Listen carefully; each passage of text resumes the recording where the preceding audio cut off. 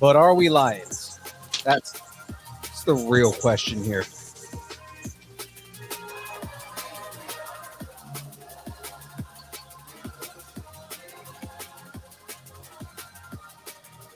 Oh, God. Frey, that is the best answer ever.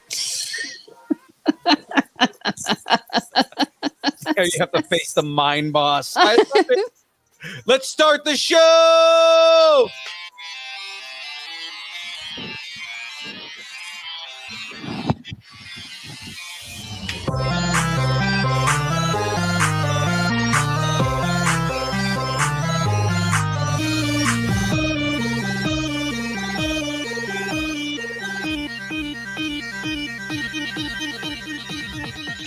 Distant nerding.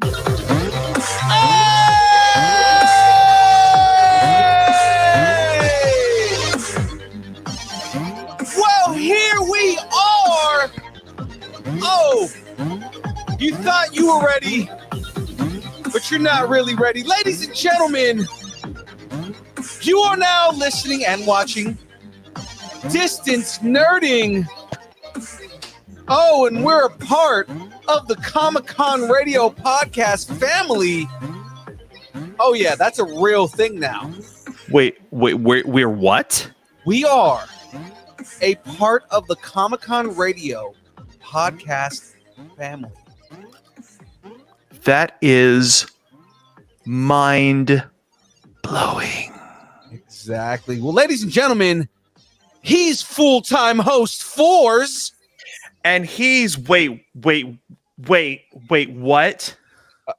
Did I stutter? I'm sorry. Did you stutter? Did you just say what I thought you just said? I did. I said, I'll say it again for those that may have not heard it the first time. He is full-time host Fours. Oh my God. I got to take this in for a second. In the meantime, she is Amazeballs' incredibly beautiful Frey girl. Hi, y'all. Freight Girl couldn't be here right now. It's me, Miss Minutes, sister-in-law, Heartsy. Oh shit! Dude, are you serious? Yeah, What? What did I miss? Heartsy wouldn't tell me shit. yeah. She's a maniac. Fours is now officially a distance nerding host. What? Yeah, I'm trying And not to I'm cry here on for camera. Oh my god. What? Should I send you a digital tissue or just buy you a taco? There's that. Ladies and gentlemen, you can buy us a taco. But more about that at the end of the show. Damn, no, we did not kick James out of the host party.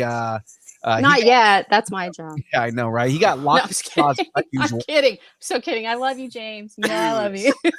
I don't even know where to begin. Thank y'all so much. On a much more personal note, just kind of from me out to the interwebs, distance nerding has been number one, it's been something that I've kind of needed in my life for a really long time. You know, I have an incredible family over at Kyber Cave, and it was through them that I met distance nerding, and I've been hosting and doing shows at Kyber Cave, and they've welcomed me, they've made me part of their family, and they love me and I love them, and they're incredible.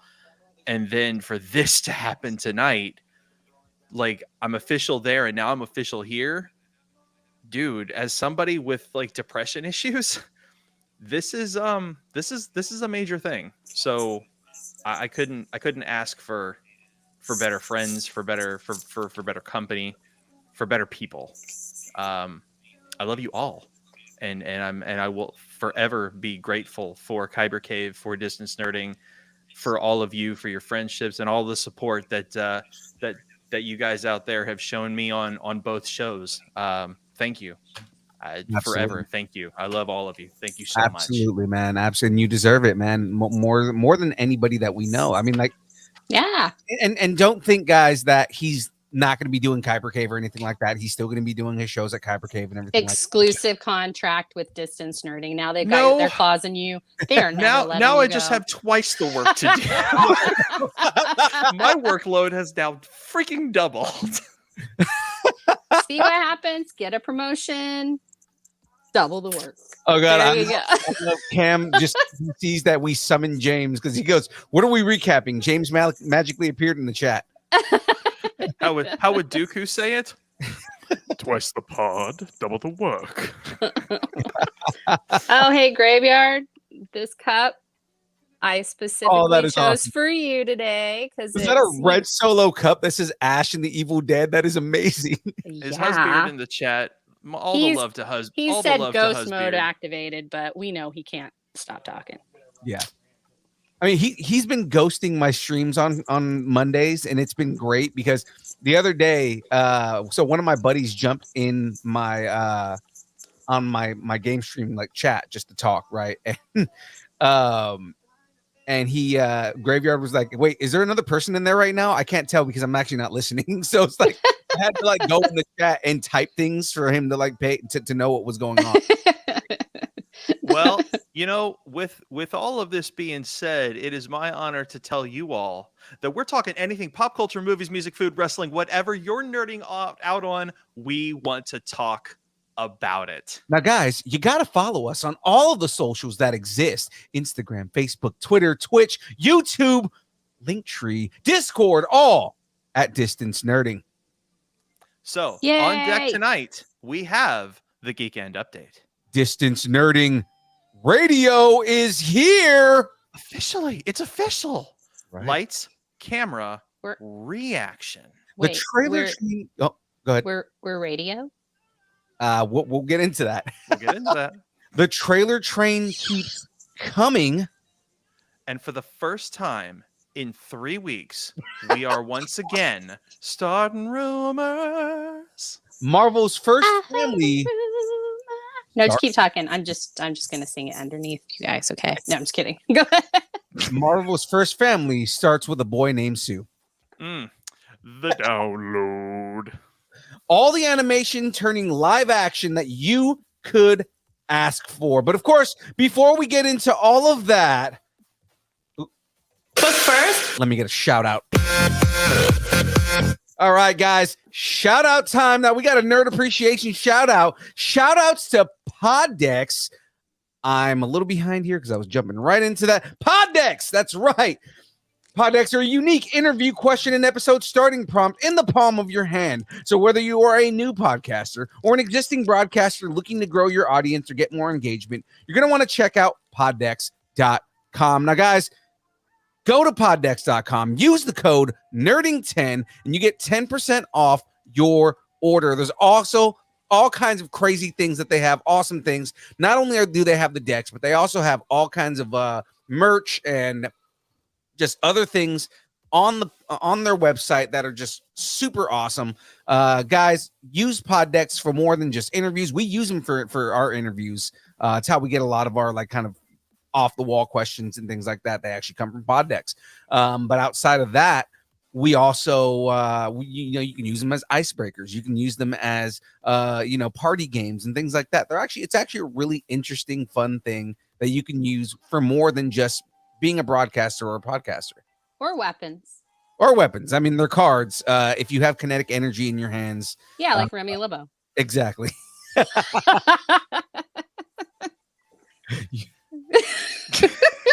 love it. You want to play with Gambit? Yeah, take a card.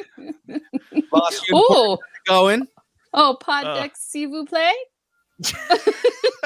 Also, we are going to give a shout out to none other than Dubby. Oh, wait. Dubby is an emerging brand of energy drinks created to help focus, concentration, reaction time with no jitters or crash. Dubby contains no maltodextrin and sugar, no fillers, artificial colors, or dyes, and it's keto friendly. Now, what makes Dubby different from other gaming supplements? Well, it's one of the few drinks that contains Neurofactor, a nootropic derived from the coffee fruit. Neurofactor gives your brain focus and clarity, while the 150 milligrams of caffeine and 3 essential B vitamins help you stay alert and energized. You can find out more about Dubby over at www.dubby.gg. Master, you want to take it away? Absolutely. You're going to use the code NERDING10 for 10% off at the checkout. You can get your 10% off code. Don't forget now, NERDING10 at www.dubby.gg. Young man, I want to say congratulations on your latest promotion. Now don't F it up. Thank you, Master. God, I hate you all. Oh my God, get your hand off my thigh. Oops, sorry about that, young lady. But are you really sorry? No, Are you? I never have been, nor will I ever be. Oh, W God. fuels my perversion. God, Roshi, you just lost us seven followers. Thank you. At Appreciate least it's not the typical 13.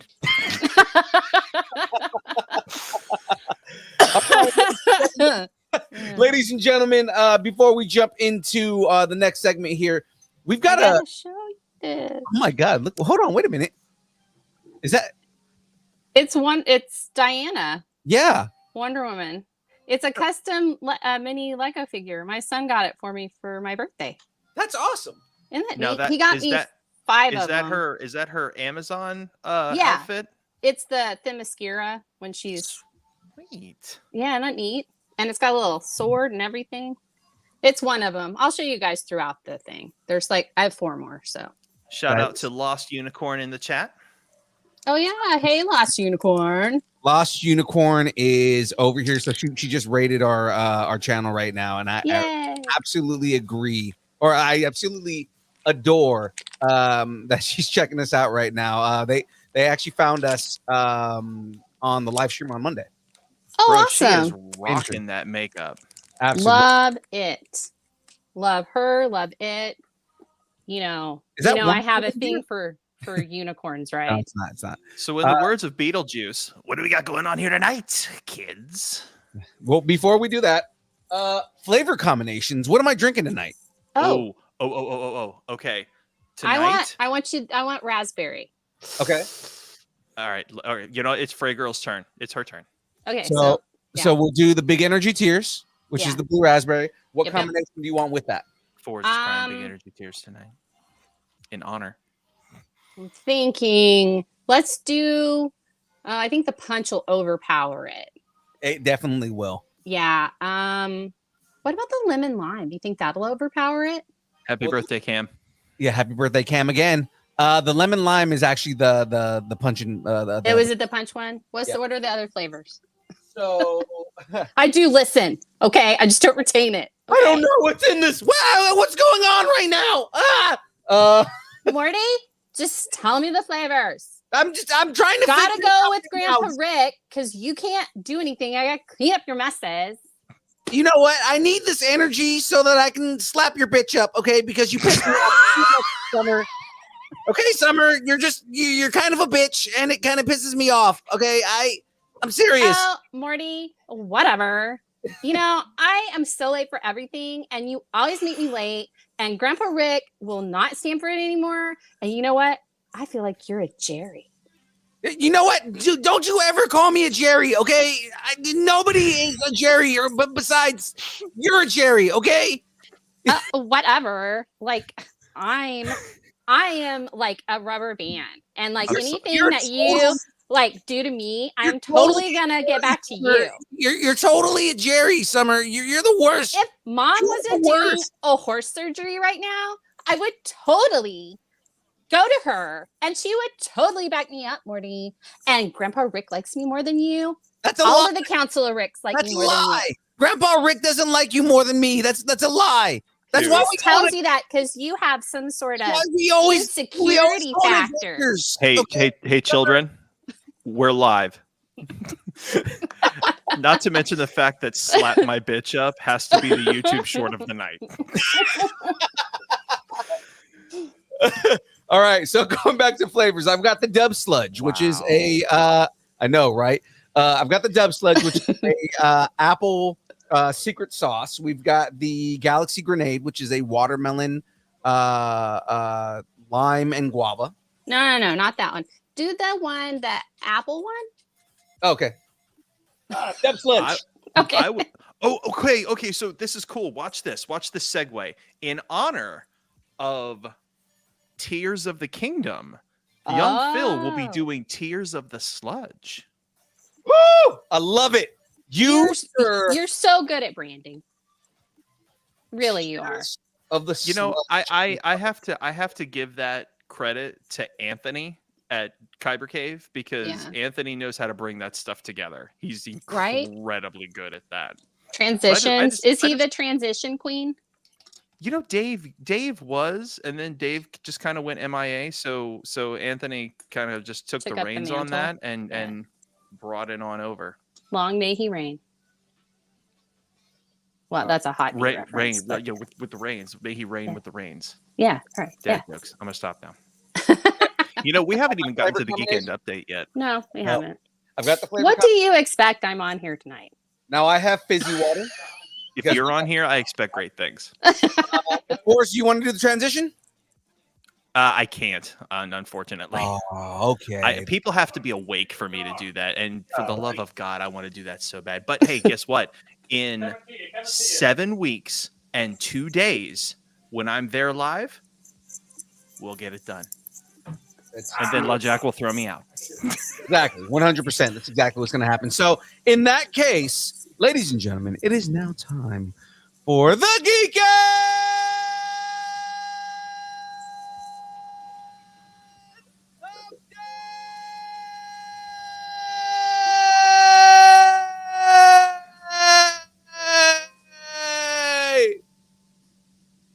This Geek End update has been brought to you by Dubby. Hi, everyone. On today's Geekend update, I'm going to make jokes about both of these yahoos above me. No, I'm just Exactly, right there. I am a Yahoo. Let's talk about distance nerding becoming a part of Comic-Con Radio. Let's talk about this, right? Distance nerding Comic-Con Radio collaboration is here. Happy to finally announce that we are partnering with Comic-Con Radio to bring distance nerding to more nerds around the globe. You can now listen to distance nerding on our second show, Comic Conversations, with ComicConRadio.com. Find both shows at https://comiccon-radio.com/podcasts.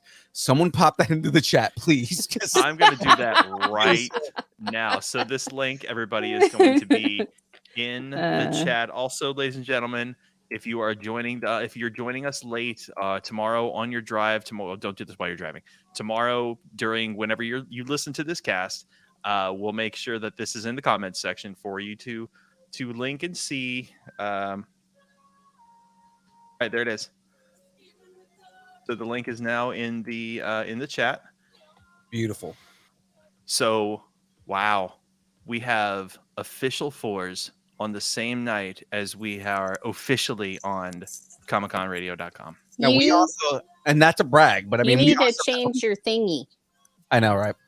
Yeah, you're not unofficial We now. just has to switch the words. It just has to say official, unofficial. Go host. Right? Yeah. Honestly, that would be a bragging thing. I think I'll just take it down altogether and just leave my name there. Fours. There you go. Yes. Okay. I mean, you do you. That means I got to go into Canva and make a brand new one of these things. And I really, really like No, my you're Dragon fine. Ball there. It's No. I totally was messing with you. I You love can you do too. whatever you want. Let's try this Darling. combination here. No, I'm sorry. Did you use seltzer water with that? Yes, I did. So you made Dubby soda. Oh yeah. He made a Tears spritzer. of the sludge. God, you got to say How that does it taste? in the Pegasus voice. Tastes amazing. It's a Does it Dubby, good? it's a Dubby spritzer. Yugi boy. I didn't want to give you like gross flavors together. I wanted them to I compliment have each other. yet to put a combination of W together that wasn't delicious. Like every flavor they make is a good combination with each other. I'm You not know, a when I watermelon get there, fan. I'm gonna be so jet lagged that I'm gonna need that 10,000 milligrams of caffeine. Yeah, Are you just gonna like snort it instead of mixing it in? that sounds I'm about not right. like that. Okay. Well, because if you snort it, you're putting it directly into your mucous membrane, so then you're gonna It it just takes goes. it in a lot faster. Yeah. Right? I'm wired. I'm good. Okay, let's do this. If you've seen like Harley Quinn, the Birds of Prey and the Harley Quinn thing, and when she does when the coke gets in her and then her eyes get real big and her Oh, yeah. pupils get real small. Are we ready And for trailers? I've never done cocaine. So I've never done it either. So Would you guys believe in your life? I have never have I ever. I've never tried weed. I've never done any kind of narcotic. And I've never had hard liquor. That's a lie. I have had hard liquor. I've actually had like Jim Beam and Pepsi like 2 decades ago. So you're a soft liquor and not a hard liquor? I am a hey, oh, I don't have a tisk. that depends on who you talk to, Free Girl. Sorry, I had to. You left it there. It was hanging in the air. Oh, and it also hangs, huh? Okay. I just got a message from Comic-Con Radio. We've just been canceled. I know, right? James just said, Comic Conversations, what interviews can I hear on ComicConRadio.com? So before we jump into the meat of the show and the rest of everything that we do, currently on Comic-Con meat. Currently on Comic-Con Radio, we have 3 interviews for Comic Conversation. Well, for DN, for the Distance Nerding Show, for the core show, we are dating back to episode 101. So everything from episode 101 up to our current show is on Comic-Con Radio right now. Woohoo! But for Comic Conversations, Rob Paulson is currently on there. The Sandlot. So Oh wow. yeah, so with the interview that we did with the Sandlot actors, and Leilani Shu from The Mandalorian. Oh, cool. Oh, not just Mandalorian. She was on. She was also on Obi-Wan. She was she's Tika, so she's the first Jawa to actually have a speaking role in Star Wars. Oh, that's so cool. That is Mhm. very cool. I love Jawas. Very nice. Yeah. So Furry. They're really furry. congratulations to Tika and all the Jawas out there. Okay, I get it. Just don't yell at me anymore, okay? And the Ewoks. Don't forget the Ewoks. They get real pissy. Now, guys, I am submitting another episode for Comic Conversations tonight. So that way you guys can, everybody that's listening to this now, head over to comicconradio.com and check out those interviews in the podcast section of Comic Con Radio's website. Okay, so James won't stop yelling at us. Let's go ahead and get further into the show if we have to, God. All right. So Well, tonight guys, we have some pretty boss trailers. And speaking of bosses, Boss Man, would you like to play some trailers for us? I refuse to call you that, by the way, Phil. You know, Frey Girl has been promoted as well to unofficial official co-host. there we go. She's now the new unofficial. Right. I'm the intern. Let have me to- change my name. I have to make her a background now. Hey, give me some coffee. Parker. Parker. I don't do that. I don't get coffee, but if you're gonna go, I would really love one. A little like peppermint mocha.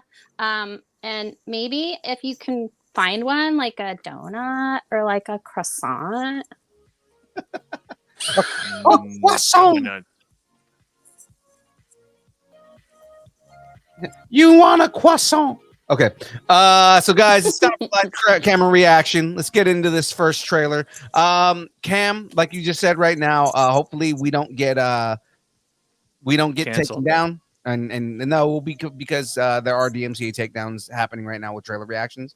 Oh yeah. So hopefully we don't get taken down by any of these trailers right here in particular. Essentially, yeah, we got to just make sure that we're talking over the trailer. I'll talk. You want me to talk? I'll talk. But also, I thought I wouldn't talk. That's why I stopped. That's why I didn't talk. Okay, Jen, stop I'll talking. talk. Oh wait. but I was saying, but also, Cam, if we do go down when the trailer ends, we should be back up. So hopefully we don't go down for too long while the trailers are playing. So if we do go down, with that being said, let's get into our first trailer here.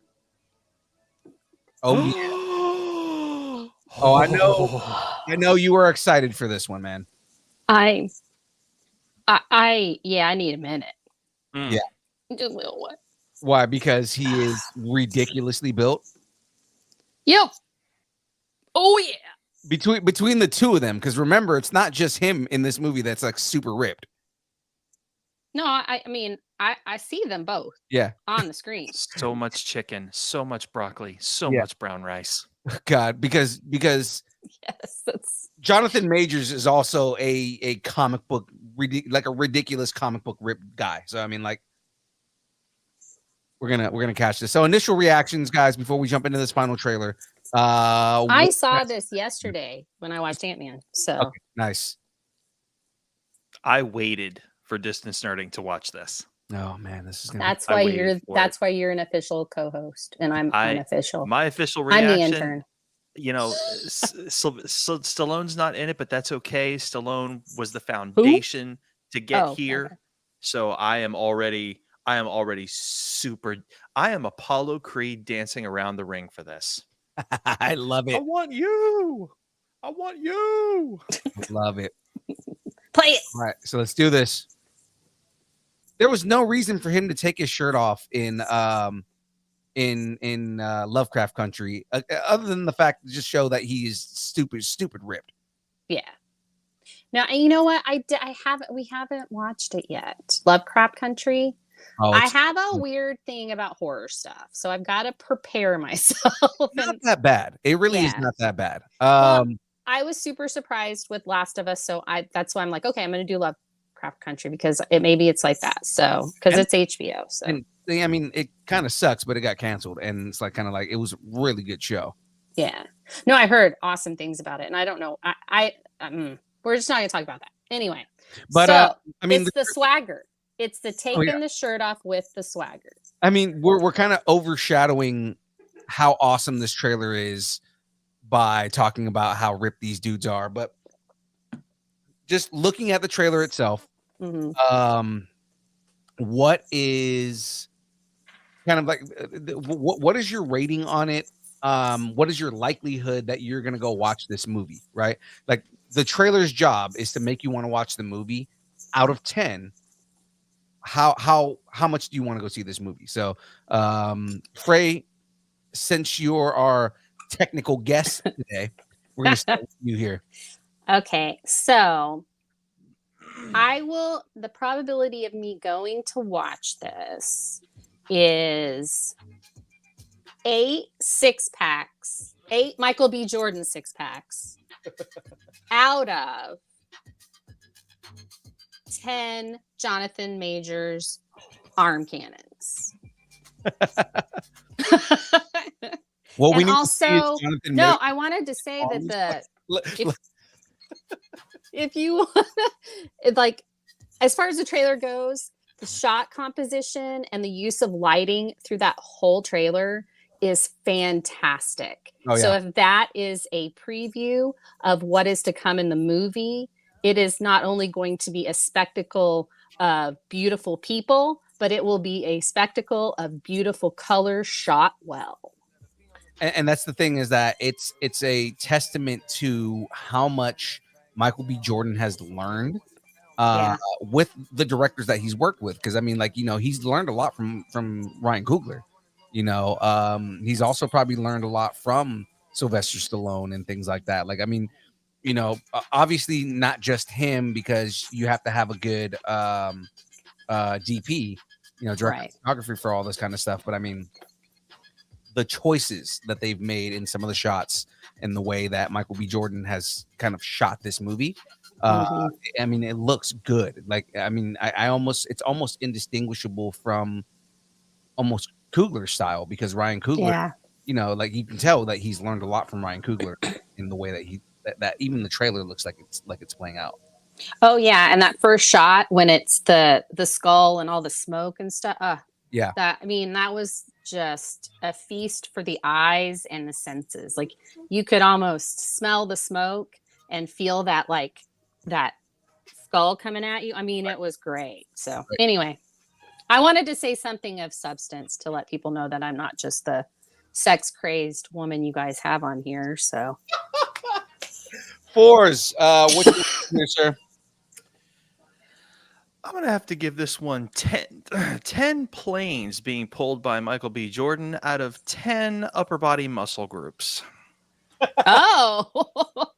and on a further opinion, I will be downloading Michael B. Jordan's workout routine and doing that for the next 7 weeks and 2 days.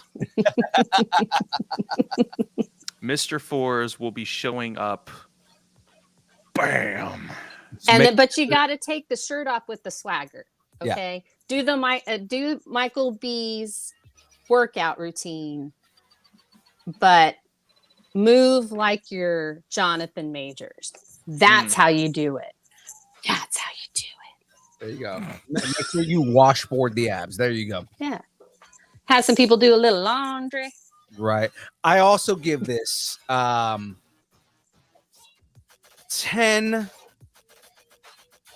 lack of Rockies out of 10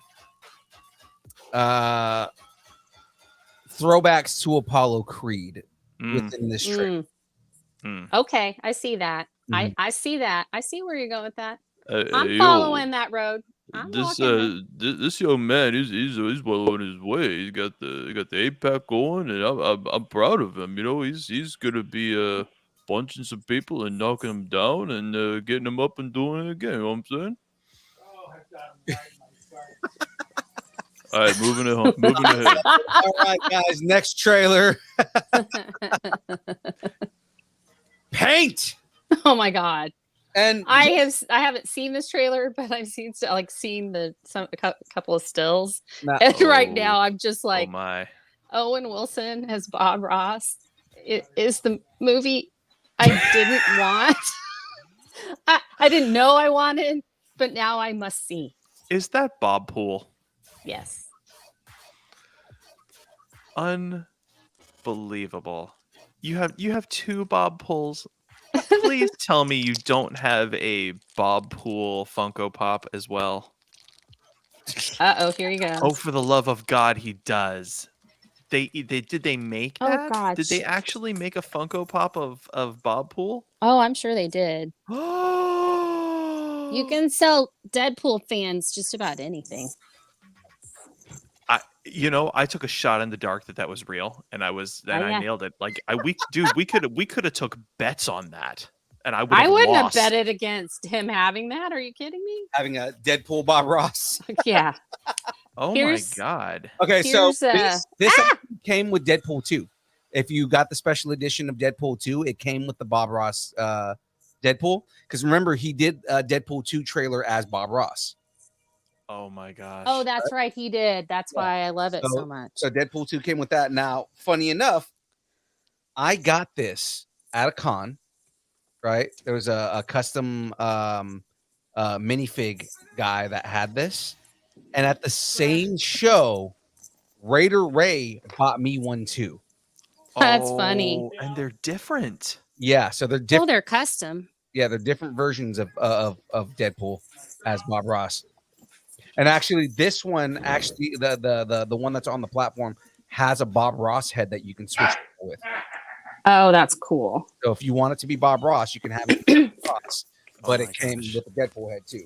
We need Okay. distance nerding Funko Pops and Lego heads. This is Fun This fact: is the we have Captain- disconcerting Funko Pops. yeah, they do. Jeez. Look, it's Captain Carter. I don't have any like Lego hardly Look at anything her anymore. shield. Look, isn't that cool? That's adorable. Let's play the trailer Okay, sorry. Just because I'm sensing James's animosity from here, maybe and I'm if we 3,000 screw miles up away. enough, he'll All come on here and yell at all of us. Yeah, I know, right? Let's watch this trailer. Okay.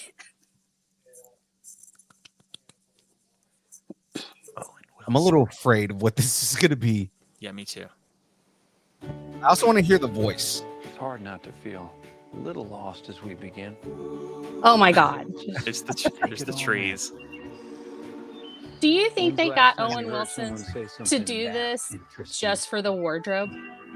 there's Maybe. nothing like having the one you hold dearest nearest when the world turns cold. Oh, my goodness. Gosh. Thanks for going. I wonder how many people had a crush on Bob Ross back in the day. You know what's funny is he didn't originally have the fro, right? Like he kind of just blew that out. Don't let fans Yeah. bring out the worst in you. I think that the only thing that I'm thinking maybe they should not have is that wig on him is horrible. Yeah. It Yeah. either needs to be a little bit further on his forehead. I don't know. It's what makes this country great. It's just weird. I don't see Bob Ross getting angry though. Right? Oh, you do know that Bob Ross, the whole reason that he had that show was it was how he managed his PTSD. He had severe PTSD. Yeah. I'm totally aware of his He was a military background and very- everything, but I mean, He was a very, I very angry person. Like in Hmm. general, he was kind of, like the painting calmed him down. can we? And I missed it. I'm sorry. Can we see the release date on that again? Did they show a release date there? We actually have it right here. So April 7th is the release date for it. That is 4 movies now that will be available to watch while I'm there. That's 4. Wow. Oh my All right. gosh. I'm- I lost I'm her head. Fellas, I'm going first. I'm gonna give this one 7 paintbrushes out of 10 anger issues. Oh, that's good. So That's good. I will give this one a chance, but I will not go alone. I want friends with me on this one. Absolutely. and not to jump into this, but Van says he has a Miguel O'Hara Lego. Ay, caramba. Yeah, I'm actually a little jealous of that. I love Miguel O'Hara. He's awesome. Yeah. I love I'm that. toying with the idea of knitting a Miguel O'Hara hat. So if I do it, young Phil might get it as a present. Oh, I would love that. That would mean he would get more presents than your presents. Exactly. Ah, Dad joke number 2. Let's I- go. love. You want me to go next? Yes, go for it. Okay. So I love Bob Ross. I really wish I'd watched him on PBS. I never did, but I wish You I still had can. now. You still can. I know I can now, but like I wish like when in his heyday that I had watched him. But you know, hey, we all have his hair regrets. In his hair day, yeah. In his hair day. So I'm having a hair day. That's coffee. yeah, that wig. I mean, that wig. We gotta talk about that wig. We can but talk about that. the I'm gonna give it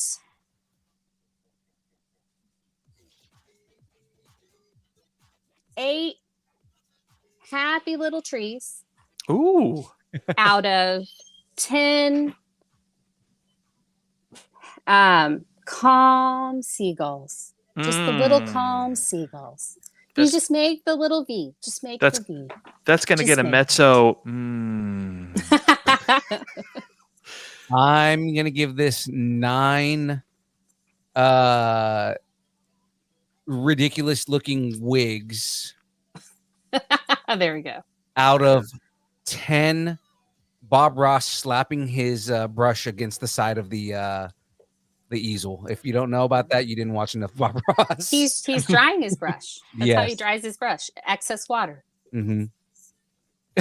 I do know how to paint. I didn't learn from him, but I do know how to paint. But no, but I'm Um, saying, but if you, Honey, if you watch- I'm still waiting for a canvas and a Wonder Woman on there. I was saying if you watch him, right, like and you watch the way that he that he does it, he has a story about like when he dries his paintbrush and he laughs every time he does it. You know, so he has this little laugh that comes up and he just tells a story about it. So yeah, it's definitely something if you're not familiar with Bob Ross, then go watch Bob Ross and you'll get that Cam, Cam in the comments is brilliant. He says 9 happy little accidents out of 10. Wow.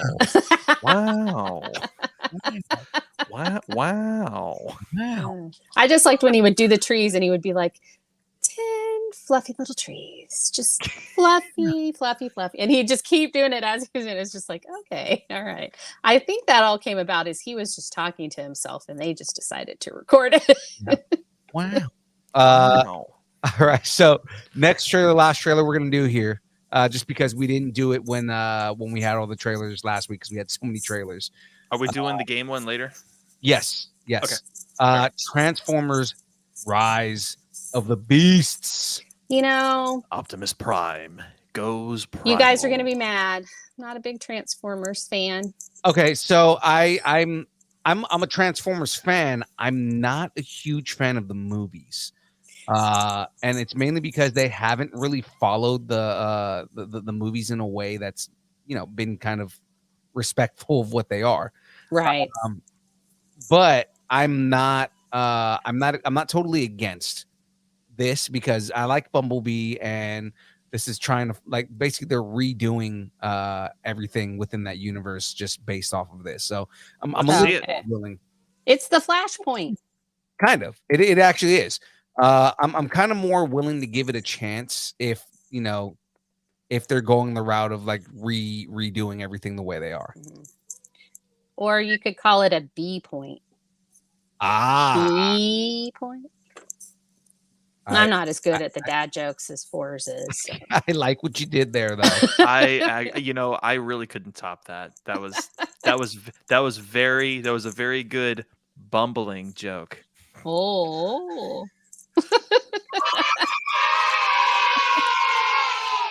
Don't forget to like and subscribe. Oh wait, I have that. Thanks for watching. Don't forget to like and subscribe. There we go. All right, let's do it. So let's do this trailer, ladies and gentlemen.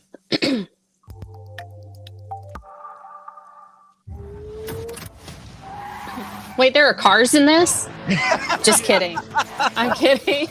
Okay, I love that they open up with jazz. It's kind of like Yeah. a for me, you know. I love how he walked out of the car. Right. You know what I mean? As they were changing, that was really cool. Is that a gorilla? Yes, it is. So this is supposed to be Beast Wars. Oh, so like there are like cars that transform into beasts instead of people? Right. Tell me Peter Cullen is in this. It's kind of a hard, not really a hard thing to explain, but it's like they're from the future, but they make their way to like Earth's past, So like Kang. kind of. Yeah. And yeah, you know, they're like basically animals. Like, Stand down. I'm not So the they, one to fear, Prime. by the way, that's Ron Perlman. There is a darkness Oh, that's cool. coming. Yeah, Ron Perlman plays Optimus Primal is his name. Was Optimus he Primal. the original Optimus Primal? No, he wasn't the original in the cartoon. That's a shame. I wish they would have got him. But yeah, basically the idea is Optimus Primal is a descendant of Optimus Primal. Oh, okay. Like, But I don't know if we're gonna explain it this way in the movie, but the idea is they're from the future. They try to make their way to the past to try and fix, you know, the war on Cybertron. Like Cheetor, Laserbeak. what was the little cheetah thing? What was that? His name is Cheetor. Cheetor? He's basically the Bumblebee of that version of the planet. Only he doesn't have a broken but Rhinox And future. right there. Wow, that was a rhino. I love Okay, Rhinox. so You've when they're never not faced anything beasts, like this. they're like vehicles. Let them No, come. they're robots the same way everybody else is. Right here, he transformed right there. Oh, okay. So they start as animals and Yeah. then become the okay. And Optimus Primal right there. Because I was like, if they're in the past, how are they vehicles? So- Now, Because what's the robots in disguise? what's really dope about this, like the way that they've kind of done everything in this. So yeah. apparently, it's not just. Apparently, it's not just going to be the Autobots and The Decepticons. and all that. Well, so apparently the Terracons are going to be in this, right? And again, this is something that unless you are a big Transformers fan, you're probably not going to know what the Terracons are. But they're basically zombies, right? So the Terracons are supposed to be in this too. So not only are you dealing with the Decepticons, you're dealing with I'm forgetting what the Decepticon faction of like during Beast Wars was. But yeah, like it's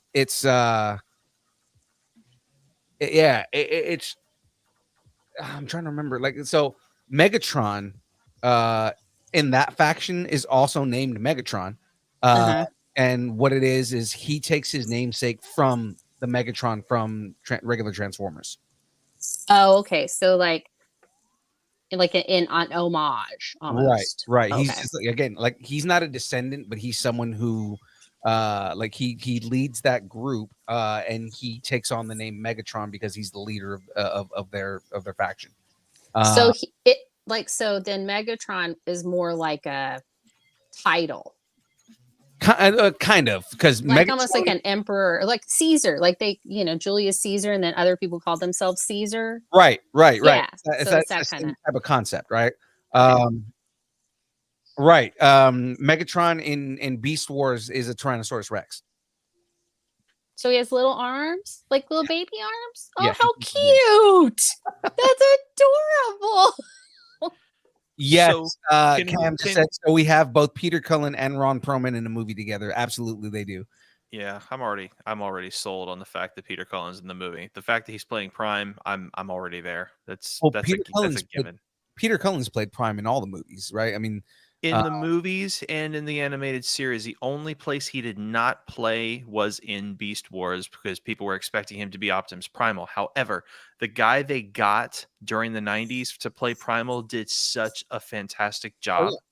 Well, I again, just wish that I wish they would have brought him back. but the thing is because and it wasn't Welker playing Megatron either. Like the whole thing is like people, a lot of people didn't realize that was a different time era. They thought that was just Transformers being being animals, and Being animals and it dinosaurs. was. But again, the idea was they came from a future generation that was with Transformers, you know, and the whole idea was they were trying to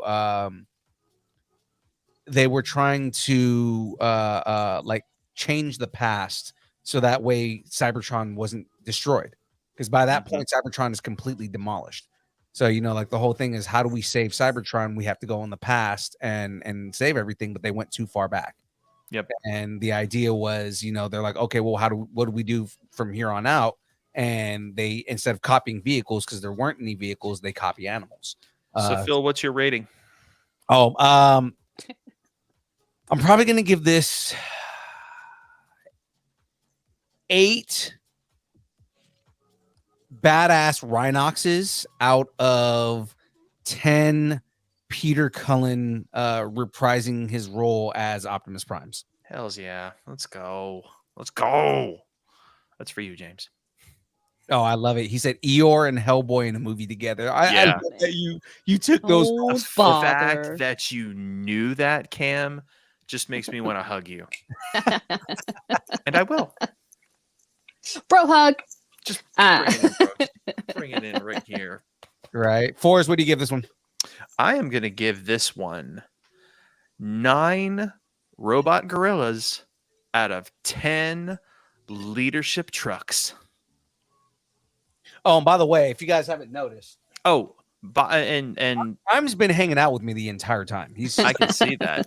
And let me give you a brief Transformer opsis on this one. Transformer Synopsis. The reason this did not get an 8, because Peter Cullen automatically brings my rating to 8, from 0 to 8, just alone. The fact that this got the 9 from me, and I'm kind of pissed y'all haven't said it yet. Did you notice freaking RC is in this one? RC was in the last one. Yeah, well, she's got a incredibly awesome presence in this one. And you know who plays RC, right? Tell me they got the original girl for Ray RC back. Delisle plays RC in the cartoons, at least in the new cartoons. Ray Delisle plays RC in the movies. Yes. So the fact that RC is with us, so we have a mixture of Transformers Season 1, Transformers Season 2, and Transformers Beast Wars all in the same movie. Yeah, that's a 9 out of 10 from Mr. Fours. Yeah, and Cool. we got that out of Ray Delisle at the con in at Medford. That's up there with the original Princess Toadstool from the Mario Super Show having a role in the new Mario movie. Yeah. I Awesome. dig that. Frey, what's your Frey girl. I know you're not a big Transformer fan, but Freybot. looking at the trailer alone, Radicon. Radicon. what is the likelihood that you would want to go see this movie just based on the trailer? Well, I mean, there's animals that turn into other things. So that's like already kind of Robots. like, it's like, what? And then I'm Like, like, it's- what? There's an And then I animal. went, what? And I went, yeah. So, I mean, that's already in its favor. And, I do like to support the fandoms. I may not be a big fan, but I know there are a lot of hardcores out there, and I do like to support it so that more movies get made. So there's that factor as well. Yeah, I'm an ally. Let's go. So I'm gonna say it's gonna be 7 little baby Tyrannosaurus Rex arms that turn into other stuff out of 10 really cool walking out of your car scenes as Yeah, I they know, transform. And he's from Hamilton. That's the guy from Hamilton. That's one of the guys from Hamilton. Yeah. They are getting work, and they should, because they're great. Husbeard, that's a staff pick. Yeah. I saw Eeyore and Blood and Honey this past weekend. Oh my gosh, I need to see that so bad. That has to be that needs to be a staff pick for Kyber Cave. Okay, He actually said it wasn't bad. So I mean that's surprising to hear because he was Good. expecting that movie to be trash, but he loves trash movies. So I didn't say it here. no, but he says that though. He's like, yeah, no, it could be the worst movie ever, but I enjoy it. So Well, looky, all looky right. who I got right here. Thanks for noticing the Eeyore. drawing. so going on from here, guys, it's time to move into some starting rumors. I don't know anything. Oh no!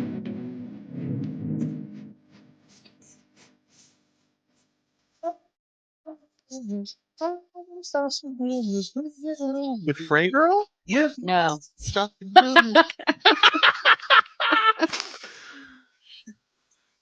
Hold on. That was not what I made. So give me a second. I've got to reload this. I'm not singing that again. No, just because I made a new transition and I was like, that's not the transition I made. Hey, while you're doing ahead, that, say look, it. here's my Bizarro Wonder Woman. It's the Bizarro Wonder Woman one. I know that's supposed to be the lasso of truth, but that looks like the noose of lies. Probably. Lies. And One of lies. their heads have the like two expressions, so you can turn around if you want. But if you look at her head, she's got like little red She's so angry. yeah, but she's got the little red, like you know how The bloody teeth and everything. Bizarro Superman has like Mhm. the looks like he's a rock. Well, she's got like red, like little, I don't know, things shooting out of her face. Did you find your transition? I did. Hold on. I'm pulling Very it back good. right now. I'm good at stalling because I talk a lot. I want the third one. You can have the rest.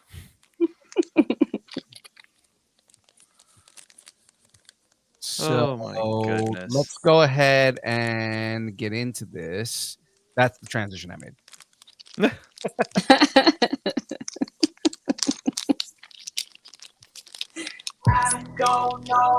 All right. And I added the audio to it too. But let's get into this rumor. All right, go to it. Miles Teller. All right. Well, guys, Miles Teller is reportedly to star in the Apple TV cyberpunk sci-fi series Neuromancer. Now, Top Gun Maverick star Miles Teller is reportedly looking to join Apple TV series adaptation of William Gibson's cyberpunk sci-fi novel trilogy Neuromancer. According to the Illuminati, Teller was offered the role of Henry Case, a hacker, anti-hero, and drug addict, but Teller has not yet accepted the offer. In the story, Henry Case is a washed-up hacker who is hired for one last job, which brings him in contact with the powerful artificial intelligence. What do you guys think of this? It's a hard pass. Really? Eh. You're not into like cyberpunk stuff at all or anything like that? Hard pass. Hard pass. I have spoken. I have spoken. Can I just be like meh? Because I feel meh. It's meh. Meh. It's like an aftertaste, not necessarily good or bad. It's just an aftertaste. It's kind of like that. I'm just meh. Yeah, it's like the Arby's French fry when you can tell that they didn't change the oil for 24 hours. Eh. God. It's meh. That just does not sound right. So, jumping back in here, tacos on the table. The likelihood that Miles Teller joins this franchise, based on what you guys know about Miles Teller. Which is nothing. I know some. I know a little bit about him. Mm-hmm. I'm not going to tell you what I know. Oh my. No, I'm just kidding. I'm gonna, I don't think he's going to do it. I actually think that he may join the MCU, or now that the DCU's coming, they're gonna need all these fresh faces. And I mean, he's not as fresh as he used to be, but he could get like a major deal and make a lot of money. And I don't know if he wants to be stuck on an Apple TV series in the meantime. I'm here. But I mean, like Apple TV. I'm here. Hold on. I mean, Apple TV. It's not like a little small organization like it used to be. I mean, they have pretty decent shows on there. Oh yeah, I mean, I'm a total Lasso head. Right. Total Lasso head. But with Wonder Woman and Ted. But I don't see him doing this when he could court offers for a lot more money for Gotcha. the same amount of time and talent. Now, I mean, if he does this because of it'll give him more clout for stuff like that, then yeah. But I mean, I just don't. I mean, I would give it like a 3. Okay. That he's gonna do it. Okay. Same thing for us. You don't think he'll do this? So tacos on the table. Yeah. I don't know. I'm gonna put my tacos on the table for this one, mainly because Teller does like doing roles that are out of the box. That's true. You know, so it's kind of like when you see the roles that Miles Teller tends to take on, he takes on roles that give him a challenge, and a cyberpunk series would be something that gives him a challenge. You know, so I mean, I can see Miles Teller, especially if he's supposed to star. I don't see him saying no, especially with like kind of the push that cyberpunk has right now. I mean, between the Matrix getting a revival, between the game Cyberpunk, you know, Cyberpunk's TV show or the anime series was a massive hit on Netflix. Like, I don't see him saying no to this. Okay. Mm-hmm. I have a question. Yeah. So this is nuts. Have we ever done a this just in before? We have, but it was very unorganized. Yeah, this is super unorganized. Like, I'm gonna make one statement and then we can move on. But quite literally, once you're done with this one, literally this just in. We're done here, man. Go for it. This just here. Okay, so this just in. Today,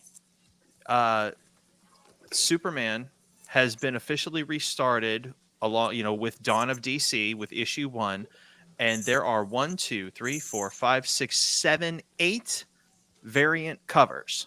Holy crap! It launched today. That's awesome. 8 variant. Okay, so next week we're gonna have to pull up those variant covers and we're gonna have to check them out. Yeah, Mhm. that's just in. Like, I just got the news 5 hours ago, so that's crazy. Yeah, That's amazing. on the show next week. So Oh, it's a reason for everybody to tune in, right? We're gonna look at the variant covers for this new Superman comic, new relaunch. back And to the show. critique them heavily. No, not really. I know. We'll probably love them all. No, not really. Well, speaking of new starts, Marvel Studios' Fantastic Four is reportedly casting Sue Storm first to build the rest of the team around her. You Finally, don't Sue gets her say. due. Oh, and I'm all for this. I love Sue Storm. And of course, you're going to build Johnny around her. You know, and then from there, Knights of Oa. Hell yeah. Superman 1 rules. Matt, I got to ask you, man, have you read it yet? Because I know you do reviews on your show. By the way, guys, that's Matt Aguilar from Comic Book Nation. Oh, cool. What's up, Matt? Hey, Matt.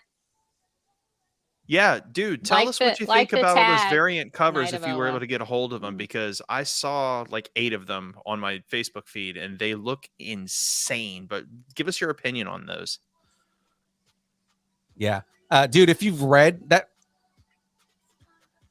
he has read it. Oh, that's awesome, dude. No, yes, dude. You gotta give us like a quick critique of it, man. Yeah.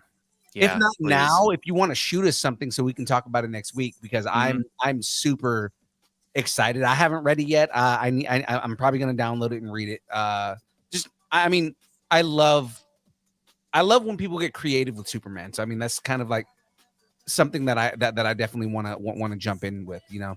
I just tagged you in it on like Facebook, a new, Phil. just So like if a new facet or a facet you don't see that much. Like Right. bring out his vulnerability, and I'm not saying like power vulnerability, but like his human vulnerability, or or just focus on like a certain part of it. So Yeah. that's when Superman's at its best in comic book form, in my opinion. Yeah, absolutely. So okay, so we got super excited about Superman, but we're jumping into Fantastic Four here.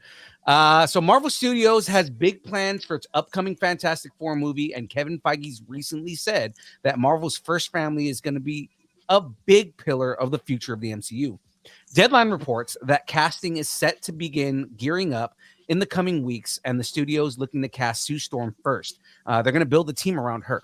Right, so I like the idea of that. Marvel's looking to start casting process this month, and it'll start shooting in early 2024. So with we'll have that a summer 2025 release, probably alongside X-Men.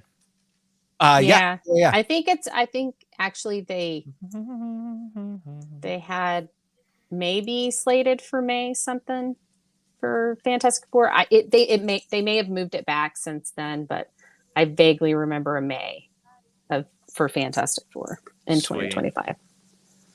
All right, let's keep our hopes up for a good Fantastic Four movie. I do think if you get a really good Sue Storm and have good chemistry between her and Reed, where it's that prickly chemistry where they really love each other, but sometimes they can't stand each other kind of thing. Right. That's the core, because you can build Johnny. And I mean, Ben Grimm doesn't have, he's not related to him, but I understand like he's their like best friend. He's their best friend. Right. Yeah. Like, so he is related. I know what you mean, but like, right. as far as looks wise, really Sue and Johnny have to really have at least have similar looks or have to look completely different, and they have an explanation. Yeah, and you've also got to take into account, the vocabulary used here. They're going to cast her first and build the team around her. So obviously we have another origin story. Whereas with X-Men, I really hope that we are thrown into the middle of their lives. They've already said that they're not going to do an origin story with Fantastic Four. They're just they're not. Yeah. I think what they're saying is that they're going to they want to get Sue Storm first cast, and then they're going to build it. So they're going to make sure everyone has chemistry with Sue Storm's actor. Right. Because I wonder if they'll already have their kid at that point.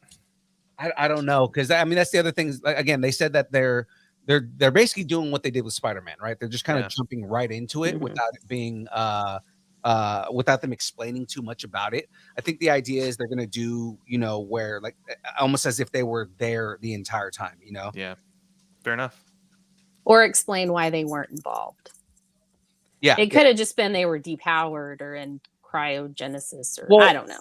I feel like there's going to be some merging of the universes at some point here, right? And what I want is that for them to do like almost the idea of the joke that in the Deadpool movie, he just clicks and drags everything from Fox over to Disney. And all of a sudden, everybody is inside of the MCU with no explanations. They've been there the entire time, right? So I mean, like I feel like we need, like Reed Richards. You build that chemistry with Sue Storm. You have Johnny and Sue together right there, right? I mean, I feel like you don't need to explain everything with those characters in order to get a good storyline with them, right? And then. Same thing with X-Men, right? Like we kind of going back to what Matt said. Fantastic Four and X-Men around the same time. What a year that would be. Yeah, absolutely. Oh, Reed is a dick. We know that. Reed, he said, Matt said Reed is the worst. No, Reed is a dick, right? I mean, no. You look at Reed is not the worst. Hank Pym is the worst. Oh, Hank Reed is second to the worst. Hank Pym is a monster, at least in the comic books. He's actually pretty decent in the MCU, but he is a monster. Like, dude, he used to destroy, and when I say destroy, not in any way that is positive. Like, he used to beat the shit out of Janet Van Dyne in the comics. Oh yeah. So it's just kind of like, there's a lot of problems, especially with all the core members of the comic book version of the Illuminati, right? Which Reed Richards is a part of that. So it's like, it's a tie between Reed and Beast for that title. Oh God, yeah. And Beast is another dude that's not It's Uh, hardest guys are like well, these assholes in the comics. Yeah. well, Age of Apocalypse Beast. Yeah, to some extent. I mean, I don't know. They've really kind of tamped it down, but when Hank was, when it was like way back when, he was kind of an asshole. So I am a Watu. I am the Watcher. James, we're gonna need you to focus, buddy. I know. James said Mickey Mouse is the new Watcher, right? I am a Watu. he also said that he thought that Franklin would be in the end credit tease. Here's how that could go. Let me paint you a little picture here. Is this a Freyopsis? I guess this is just like me Synopsis. spitballing, but all right. So here we go. We go through the whole movie. They have this big, thing. We haven't seen them at home at all, right? And so they go, "Oh, hey guys, let's go back, or whatever," and then fade to black. End credit scene. So you're end credit scene. So you open on elevator doors opening and you see out into a room, and you see just this little boy just, mommy, daddy. And so you're like, oh, that's great. And then you see it's not his mommy and daddy. It's Doom. Doom is stealing their son. Oh God. I mean, there's a couple of things, like we need a proper Doom introduction. Again, I like the idea that they've said that Doom is not going to be the villain in Fantastic Four, because he needs to be a bigger villain within the MCU. We haven't gotten to a point where they've explained Kang in relation to the Fantastic Four, but I'm sure they're going to get there at some point. Yeah. I'm telling you, once they finish up with Kang the way they finished up with Thanos, that could lead right into Onslaught. Oh man. Again, Onslaught. If they different fact. delay Doom much longer, there are going to be riots. I mean, it's Again, they were supposed people to are they were supposed to ridiculous. introduce him in Black Panther. They ended up pulling the scene. yeah. And then I'm surprised they didn't introduce him in I mean, it's not really a spoiler, but I mean they didn't introduce him in Ant-Man. So I mean, Yeah. Oh yeah. it's not to say that he's not going to be coming at some point soon. You know what I mean? Like, it's just they're probably looking for the right time to bring Victor in, because Right. Yeah. you have to bring Victor in on a grand scale. Now, the stuff Yeah. that they did introduce in Ant-Man was pretty major, and again, I'm not going to reveal any spoilers, but we got a lot of good stuff. Oh yeah. Yeah, Mephisto is Doctor Doom. Oh, God. There's going to be riots anyway, because you've got that classification of comic book fans who believe in their heart of hearts that Doctor Doom is, quote unquote, the most powerful villain in the history of comic book history, period, and he's not. I wouldn't say- Sorry, hate I to would- burst your bubble. yeah. I wouldn't say Victor's That's the most powerful, Galactus. but the thing, I wouldn't say that Victor is the most powerful, but Victor is definitely the most manipulative, and he's definitely the one who's gotten his goals closest. in And he's damn tenacious. because the thing is Victor has done so much within Marvel, not the MCU, but within Marvel, and gotten his way in so many different ways. Victor is probably, if not the most powerful, but definitely the most prolific. Yeah, he bounces back a lot quicker than most of their nemesis or whatever. But yeah, no, and I don't think so. I think that Victor's been there all along, right? Yeah. And I feel like he's been pulling strings this entire Yeah. time. well, I think what's going to happen is he's going to kick stuff in gear. Yeah, I think he's the power broker's boss. Yeah. I think he's like has his hands in everything in the underworld, and he may not go by Victor or whatever, but that's who I think. I think that's ultimately what that is. But I think that when the Kang threat becomes more prevalent, as we see him more and other heroes interact with him more, it's going to get Doom's attention. Doom's going to come at it more as, hey, heroes, I'm on your side. Let's kick this guy's ass. And he's going to go with all the heroes. So he's going to go head to head with Kang. Mhm. And after they defeat Kang, all of them with, their Hail Mary play or however they do it, then Doom's going to turn on all of them after learning all their secrets and everything and getting all that. And he's going to turn on them and it's going to be glorious. We'll So- see. So I'm before we jump into the next the last rumor, I'm gonna throw you guys a prediction right here. I think Victor gets introduced in Thunderbolts. I could see that. I Yeah. really think he's going to be, I think they're going to do a post-credit scene. I think, and here's the thing, we may see him and not know that it's Victor Von Doom at first. Like Right. he's going to be in a suit or, whatever. He's not going to be all Doom. Because my thing is who is somebody politically that would rival Victor Von Doom? And I immediately, as far as characters that are in the MCU right now, immediately think of Madam Hydra. Yeah. Oh, And absolutely. she's basically running the Thunderbolts. So I feel like the perfect place to introduce Victor Von Doom is in a match of wits against Madam Hydra. And whatever team that the Thunderbolts are fighting against is something that's backed by Victor Von Doom. And I think that could be, that's awesome. I think that would be great. Yeah. Because I was, you could bring him in so many ways. You can bring him in and you can bring him in Fantastic Four at some point. You can bring him in as far as like the more grounded government, go to other nations kind of thing. You can bring him in for just like a world threat thing. There's so many ways to introduce him. So. Well, like you think like they're the Thunderbolts are fighting a terrorist group that is backed by Latveria. That's probably right. Yeah. And that's where you introduce him in the movie without showing Victor Von Doom is like, well, they're state sponsored by Latveria. Right. Yeah. You Or know? these weapons were made in Latveria, or something. I can see Doom being treated in this generation of MCU the way Loki was, because every time you turned around, he was manipulating something else, and you thought he was dead, and he wasn't. And that's what I want. Obviously, Doom's way more powerful than that. Yeah. But That's what I want.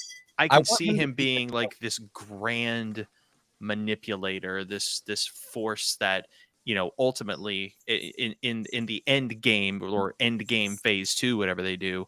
I don't know. It's he kind of rubs me as a Loki / Lex Luthor sort of presence. My other prediction is that if Dr. Doom is not played by The Rock, James will riot.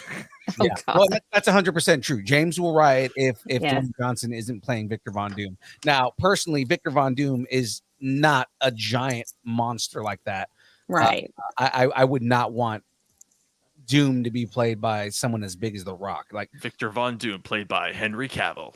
I even feel like Henry Cavill's too big to play Victor Von Doom. I mean, he has the face for it for sure, right? Mhm. Like, very handsome guy. I keep saying this, and I keep going back to this.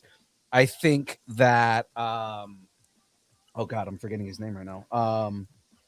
Scarecrow from the Dark Knight movies. Cillian Murphy or Cillian Murphy. Cillian Murphy. I think Cillian Murphy would be a great Victor Von Doom. Yeah. Okay. Oh, yeah. Kind of scrawny, but okay. I really liked him as Scarecrow too. I mean, I did. I thought he was great. Yeah. I thought he was Scarecrow too. I feel like they didn't do enough with him, but I feel like his Scarecrow was really good. Mm-hmm. All I right, did. one more I rumor. liked that. Yeah, it was cool. Yeah. I approve of all of it. Yeah. Let's make it happen. So let's jump into the next the last rumor here. I'm gonna let Fours read this one out because I know he's excited about this one. Oh, very Cam, much so. Cam, don't get offended by this. Well, there's clarification to it, which is why it came up on Facebook. But go ahead. So, all right, last rumor: the Flash movie could be Ezra Miller's last lap. Okay, so it's no secret that the Flash has undergone some major changes since James Gunn and Peter Safran have been tasked with taking charge of DC. The plan had to tease a new DCEU and an eventual Crisis on Infinite Earths movie, but that is out the window now that the DCU is on the horizon. So while Gunn hasn't entirely closed the door on Ezra Miller sticking around as the Flash, common sense can pretty much dictate that the controversial actor's time as the hero will come to its end this summer. let's face it, guys. Ezra's kind of a screw up lately. Yeah, they've caused a lot of problems on the back end, Yeah. and just everything that they do, they're just too much of a liability Yes, for Warner absolutely. Brothers to deal with. And I mean, I don't have an issue with their acting style. I like Ezra Miller as the Flash. Just the studio is not going to want to deal with everything that they're doing on the back end. You know, And Correct. what So, kind of fallout might still happen yeah. Right. from So, everything. so with respect to the CW, the Flash's ratings have unfortunately steadily declined in the recent years. So this certainly isn't a decision being made to appease the remaining Arrowverse fans. I personally am an Arrowverse fan. I really enjoyed what they've done with DC over the last few years. But Grant Gustin himself has stated that he is ready to move on from the show. However, becoming a movie star could be enough to convince him to play a big budget version of this character for upcoming years. So imagine Grant Gustin in Ezra Miller's costume.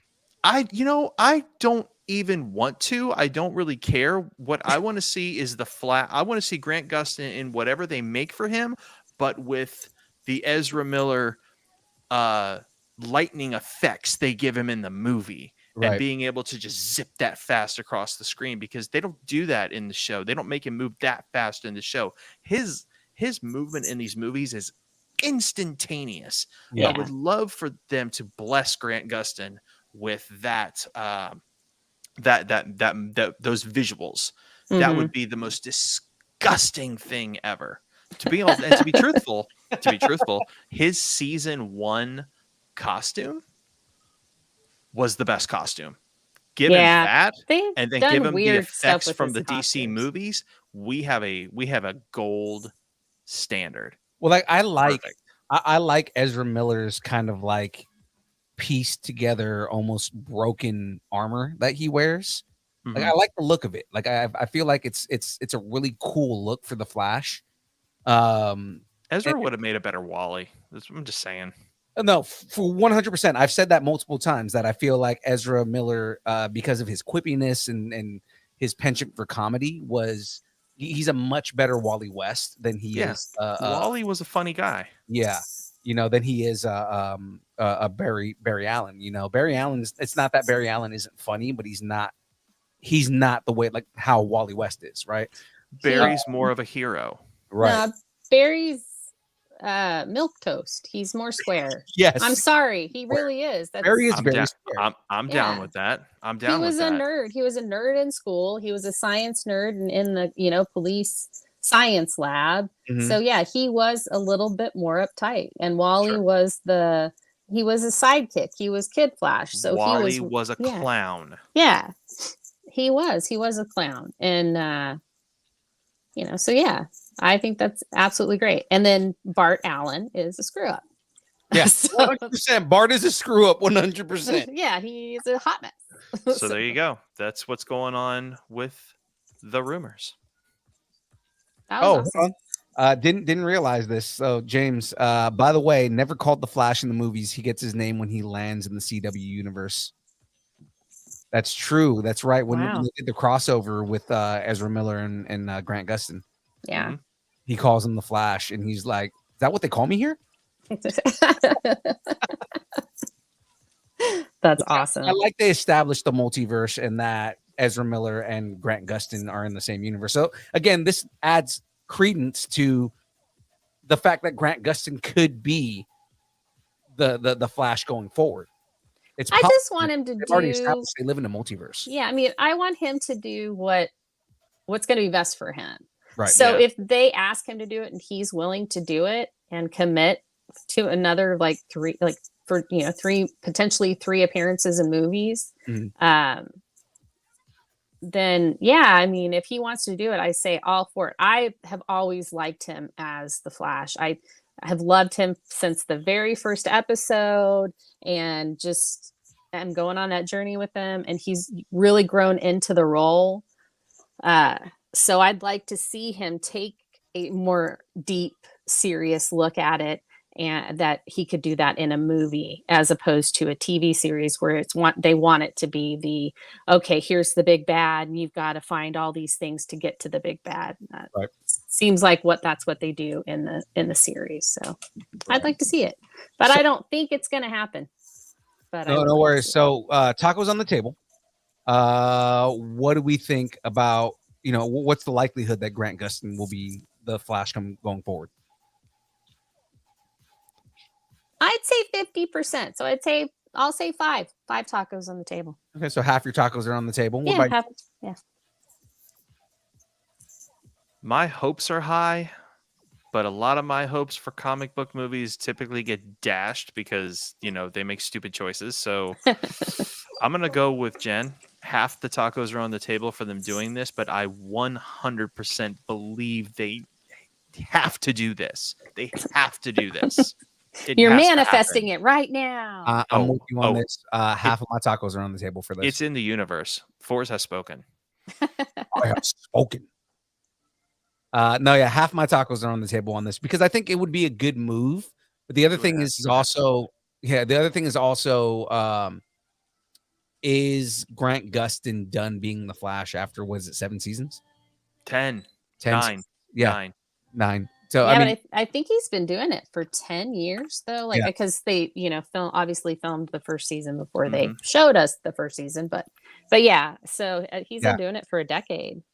Yeah, so I mean, like that's the whole thing is I don't know if he would want to come back as the Flash. He's earned it. Earned it. He has, but the thing is does he want to continue doing the Flash? Because I get it. This took him away from his he kind of got typecasted as the guy from Glee and then became the Flash, and now he's kind of only known as the Flash. So it's like, does he want to build a different career, or does he want to move on and do other things? I'd be so happy being typecast as the Flash. Yeah, but I mean, it's the same thing where not everybody wants to be known as just that character, as just the character that they are. There's a lot of people who have played characters in superhero genres that want to move away from that because they don't want to be known as only those characters. Well, And Mark Hamill didn't want to be Luke Skywalker his entire life, and right now he's the Joker. Well, not even so much that. I mean, after 30 years of being the Joker, he's still Luke Skywalker. Yeah, you know that, right? Yeah, it's true. Yeah. It's Premiere Mommy. Hey, H&M. All right, so those are our rumors for the day. Yeah, so that's cool.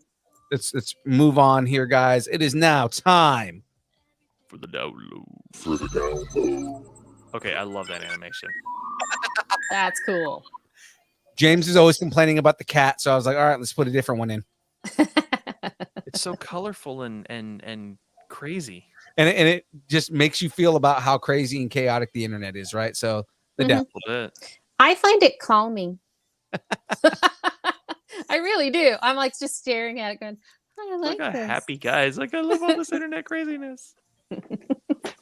All right. So guys, be sure to check out the Distance Nerdington post for more news, all the trailers, reactions, and let us know what you're nerding out on this week.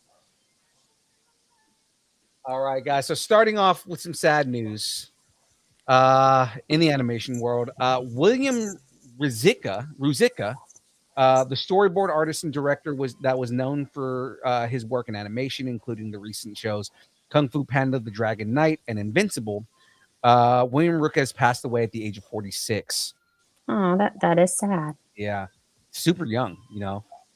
According to Cartoon, I know. According to Cartoon Brew, Ruzicka passed away suddenly after suffering from cold and flu symptoms for about a week. Ruzicka's colleagues shared that he tested negative for COVID, but his symptoms were getting worse and he was struggling to breathe. According to the report, Ruzicka decided to go to urgent care, but fell on the way to his car, and the paramedics were unable to resuscitate him. He worked in the animation department and art department on various projects, including Transformers Prime, as a storyboard revisionist artist, Ultimate Spider-Man, as a storyboard artist for Invincible, and as a storyboard artist, he also directed the Invincible episode Where I Really Come From. Which means there's a good chance that he is he knows or was friends with friend of the show Brandon McKinney, because Brandon McKinney was also a storyboard artist on Invincible and a director on Invincible. So And I think that also means that Invincible season 2 is probably his final work. yeah. Yeah. So I mean, it's very sad. You know, James, since he's in the chat, I don't know if you've checked in with Brandon, but I don't know if this would be something that Brandon, you know, you just want to check in and see how he's doing, man. So his animation credits also include The Legend of Korra, Batman Unlimited, Justice League Action, DuckTales, Rise of the Teenage Mutant Ninja Turtles, Onyx Equinox, Scooby-Doo, The Sword of the Scoob, Star Trek Lower Decks, and more, as well as G.I. Jeff, the G.I. Jeff episode of Community. Man. Oh, A wow. lot of work. So he's done a lot of work. He's been involved in a lot of projects. Very prolific. Yeah, very. So you know, Rest in peace, William. rest in peace, man. You know, we will cherish his work from here going forward, you know. Now, before we get into the main news stuff, in What the Hellboy news, Uh-oh. it's been 3 years since David Harbour's Hellboy reboot was released. That movie ended up being a big dud at the box office, but that doesn't stop Millennium Media from cashing in. Millennium Media is already developing a new Hellboy movie under its temporary title, Hellboy: The Crooked Man, and casting is already underway. How do you guys feel about Hellboy getting resuscitated here? He's, you know what? He's getting revived more times than Jean Grey. Oh shit! I'm going to let that go once. I could have said Donna Troy. I thought Jean Grey would land harder though. So Oh, it sorry. landed hard. That's what she God. said. I don't know. Did she say that? God, you guys are terrible. All right. This new Hellboy film is expected to be another reboot, so Ron Perlman and David Harbour will not be reprising the roles. There's a story arc from the comics that leads us to a Hellboy synopsis. In 1956, should I do a movie man voice? Yes, In absolutely. In 1956, somewhere in the mountains of West Virginia, Hellboy encounters Tom, a man who in his youth sold his soul to the backwoods demon known as the Crooked Man. Together, they travel back to the dark heart of the Appalachian Mountains to confront that demon and see if Tom's soul can be saved. The 3-issue series reunites Mignola, I can't say his name correctly, Mignola, and legendary horror artist Richard Corbin, the Bodyssey, Banner, Punisher, the End, Hellboy, Macoma, in a tale of witchcraft rooted in the Appalachian folklore. Wow. So no date on when the Hellboy movie will be hitting theaters. So, So Matt, That's who I Matt, go for. So Mezzo in the chat said, "All Phil that gave me Don LaFontaine memories. He was a friend with my husband's aunt and uncle. That's okay. actually who I'm going for is Don LaFontaine, oh yeah. the original So- movie voice guy." So Matt Aguilar, if you're still in the comments, can you give us the reference on the 3-issue series, which will, I guess, lead into this, because I'm kind of interested in reading them. Yeah, and I mean, you know, I'm always a fan of everything Mignola does. So I mean, like Mike Mignola's amazing. Like all of his stories are always great. I love the involvement that he has in the movies. In a world. And in a world. In a world. But he's also mentioned more than once that he regrets not making a third Hellboy film with Guillermo del Toro. Well, I mean, this may be it. Mhm. You know, there's nothing that says that it has to be a reboot, because I mean, there's so many Hellboy stories, so they could actually go back and they may not, you know, maybe not It was Ron Perlman, right? Originally? Yeah, Roman Yeah. was in Yeah. the I mean, he may not be in Hellboy shape, but he could still do, you know what I mean? Like he still could do the voice, or Oh, they could work it out and just have David Harbour still kind of be in that. That's just a different time, different story of that time, right? They've So- already mentioned that it's not going to be Perlman or Harbor, so they're recasting again. well, I that's just can't remember stupid. the voice, but I mean, like, no, I guess they're rebooting the entire series again. But the idea being that it's a different story. Now, again, they don't have to go rated R the way that they did in Harper's movie, right? Yeah. Yes, they do. Well, no, because the thing is that And it absolutely has to happen. No, I'm just kidding. they Hellboy, come they- on. they did the stupid studio thing and saying if we make it rated R, more people will see it because Logan was rated R and Deadpool was rated R and those were successful, so we can make it good. Again, I've said this in the past. These studios take the wrong lesson from this stuff. It's not that they were rated R that made them popular. It was because they were closer to the source material and they were able to be what they needed to be. Now, if you can do rated R, but he doesn't have to cuss gratuitously, you can have it rated R because of the gore, you know. But you know, you can make it a horror thing. But yeah, I mean That's so. she says die.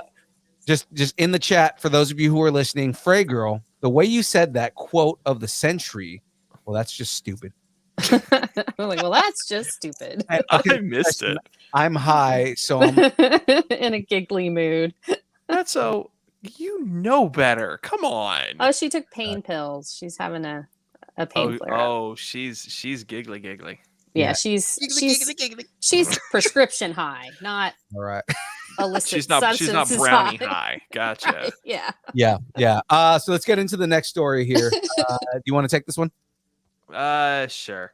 All right, so Disney's Haunted Mansion movie gets a new release date. In Hollywood Shuffle news, Disney's Haunted Mansion movie has been given a new release date of August 11th of this year. It was originally supposed to hit theaters on July 28th. That's it. Oh, wait, hang on. I'm sorry. We have a 999 hauntsopsis. 999 hauntsopsis. Synopsis. In this mysterious adventure, a doctor and her 9-year-old son, looking to start a new life, move into a strangely affordable mansion in New Orleans, only to discover that the place is much more than they bargained for. Desperate for help, they contact a priest who, in turn, enlists the aid of a widowed scientist turned failed paranormal expert, a French Quarter psychic, and a crotchety historian. Okay. Hmm. I like the idea of this. I mean, I'm a little disappointed with the Eddie Murphy version of this film. You know, I mean, they did not follow. They tried to make it like a fun family film, and it's like, no, you should make it not a horror, but you should make it slightly scary. You know, and you should pay homage more to the ride than just trying to make it. Oh, here's a guy that moves into a haunted mansion, and that's it, right? Yeah, it was And a let's make some of comedy, the and ghosts that's not a green. comedy. That ride at Disney is not a funny ride. It kind of. I mean, I love it. It's It is, hilarious. but it's also supposed to be spooky for the kids. It is, but you know, they got Tower of Terror. That's really the freaking spooky thing. But no, I mean, I see what you mean. Originally, when it first was released into the park, it was a scary, spooky adventure that you went through, and it had jump scares and all sorts of stuff. Right. But you know, now we're all jaded, and Yes, I'm we are. surprised nobody's shot the place up yet. Did you just put that into the universe? She did. I Moving on. regretted it immediately after saying it. I was like, why did you go there? Why? Oh God, so bad, Yeah. so bad. All it right, was so bad. I apologize. Let's just So- forget it happened. You're forgiven. move on. In 20-sided die news, Joe Manganiello is a huge fan of Dungeons and Dragons, and he, Yes. oh wait a minute, But Sure. that's not what we got there. did that story? I guess that story didn't get added to the thing. All right, let's quickly mention it then. All right, so yeah, I guess Joe Manganiello is a huge fan of Dungeons and Dragons, and he's been playing for years. Manganiello opened up about his celebrity-loaded weekly D&D game, which features the likes of Tom Morello, Vince Vaughn, and Paul White. Oh gosh.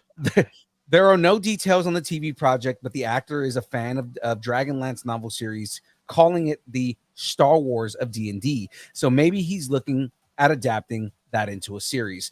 Cool. Yeah, I Very mean, cool. if you guys don't know that Joe Manganiello does a weekly D&D show, like oh my God, there was a TikTok that happened a while back where somebody was talking about how nerds are dumb and if you're a real man, you're not a nerd and Yeah, all this other okay. stuff. And Manganiello did a reply to it, and he goes, "I play D&D. I play it every week. I'm more of a man than you'll ever be." You know, Not to mention that, it was proven back in 2004 that nerds now rule the world. right? Yeah. And Manganiello is just a super hot nerd. I mean, Yeah. again, this is his character is one of those guys I felt like in the DC universe didn't get enough exposure, and we need more of him as Deathstroke. Yeah. I can see that. Yeah. Although his I Deathstroke that is Frank perfect. Grillo's coming over to the DCU, so who knows who he's going to be? You know what? Frank Grillo, a sports master, would be great. Oh, he would be great as that. I was thinking about him as Catman. Yes. He would so rule that role, Yeah. especially in the Secret Six that Gail Simone wrote. Yes. Oh my God, he would just kill that. He Oh, would and chew that up and it'd be so yummy. for the last part of the news here, we've been invaded by a gravy train. Hey, It's Husbeard. How goes it? What's up, dude? Graveyard is in the building. So let's Do you see my cup, invaded the Gravy? show. the Ash versus the Evil Dead. Nice. It's for you, buddy. It's for you. You should All be for drinking you. that tomorrow. Tomorrow's Ash Wednesday. Oh, there you go. So I'll moving put it on my head later. moving on to the next story here because we got to keep it moving here. Oh boy, and more money for the mouse news. This was right up your alley. I know, right? Avatar: The Way of Water is now the third highest grossing film of all time. Are you Over the weekend. serious? Yes. Do I swipe left if I want it to go away? Keep swiping. Over the weekend, it surpassed Titanic to take the spot. The film has Oh made, my God. I know, the film has made, get this, $2,243.2 million globally. Million. No, that would not be in the billions. Not Okay. that's ridiculous if they were in the billions. I expect billions. I expect. But I mean, if it was Hundreds of millions. $2,243 billion, that's ridiculous. No one ever catches them at that point. That's like a country's economy right there. That's what Cameron- Vince McMahon is charging for WWE right now. Oh my God. Cameron now has 3 of the top 4 highest grossing global movies of all time, with Avatar at number 1, Avatar: Way of Water at number 3, and Titanic at number 4. Endgame is the number 2 movie, so it's like it's ridiculous. He's now the richest man alive. Yeah, I know, right? So yeah, how do you guys feel about James Cameron just dominating the top 5? I think Good on him. Elon Musk probably is going to want a showdown. Like meet him outside the parking lot after school. Yeah. But just because he has the 3 highest grossing movies doesn't mean that he is that rich. It's that No. Disney is that rich. Yeah. Well, if he got made points on the people back rich. end, He's buddy, not rich. He's gonna be some. He's got some cheddar cheese. Well, I don't think him and Elon need to fight. Elon wants to go into space. James wants to go into the ocean. Two There you different directions. Exactly. Thing I've heard all night. Thank you, Graveyard. I'm just saying that I thought that they just want to fight just for that. If that's what the next Avatar movie was about, I would watch it. I have yet to watch a single one. I've only seen the first one. I've seen the first one. I haven't seen the second one yet. I need to go back to the theater and go watch that. But the other thing is, do I have 4 hours to go watch an Avatar Right. movie? I sure as freak don't. Well, I mean, if you're a child of the '80s, you had just mix your Smurfs with your Ferngully, and you got Avatar. You're done. That's you're not wrong. You're not wrong. He's not wrong. You're not wrong. I hear Scarlet Witch, guys. Dude, cool. Isn't that neat? It's her taking down the Illuminati. Right. What else we Covered in got? blood. So I want to do the introduction, oil. but I'm gonna have you read this story. Is that cool? I was gonna ask if I could have the one after that because you know why. Oh yeah. Yeah. Okay, so I'll read this one. Yeah, this is yours. Okay. So speaking of sure thing $1 billion movies, in news. If you've been around Samoans, you know what that is. It's been nearly 5 years since Disney announced its live-action remake of the classic Lilo and Stitch. And now it seems the movie's cast and crew is finally coming together. Zach Galifianakis, known for his role in The Hangover, is now set to star in the live-action remake, according to The Hollywood Reporter. As Lilo, right? I believe he's playing Lilo, yes. Yeah, but can he do this? Look, I'm a family. You're doing it before I have a chance. Hold on. Disney hasn't yet revealed his role and is still searching for actors to play Lilo and her older sister. Dean Fleischer Camp, who recently directed Marcel and the Shell with Shoes On, is also now attached to direct the live-action remake. Ohana means family, and now gets left, and never gets left. Synopsis. Synopsis. All right. So I'm gonna try and read this. Oh my god, that is a long Hawaiian name. Just call him Steve. Okay, I'm gonna try that. With a script by Chris Kikanio Kalani, right? And Lilo and the Lilo and Stitch remake once again follows the story of Lilo, a young Hawaiian girl who forms a bond with an alien creature named Stitch against the wishes of humans and aliens alike. Okay. No date on when the live-action Lilo and Stitch will land or crash into movie theaters. I don't know if Cam is still Or, but that was it's not definitely going to crash. Yeah. Come on. I was saying I don't know if Cam's still in the chat, but I know he's a giant Lilo and Stitch fan. And the fact that I just read that whole thing in Stitch's voice, if he isn't watching right now, I hope he listens to that later so he can hear me do Stitch like that.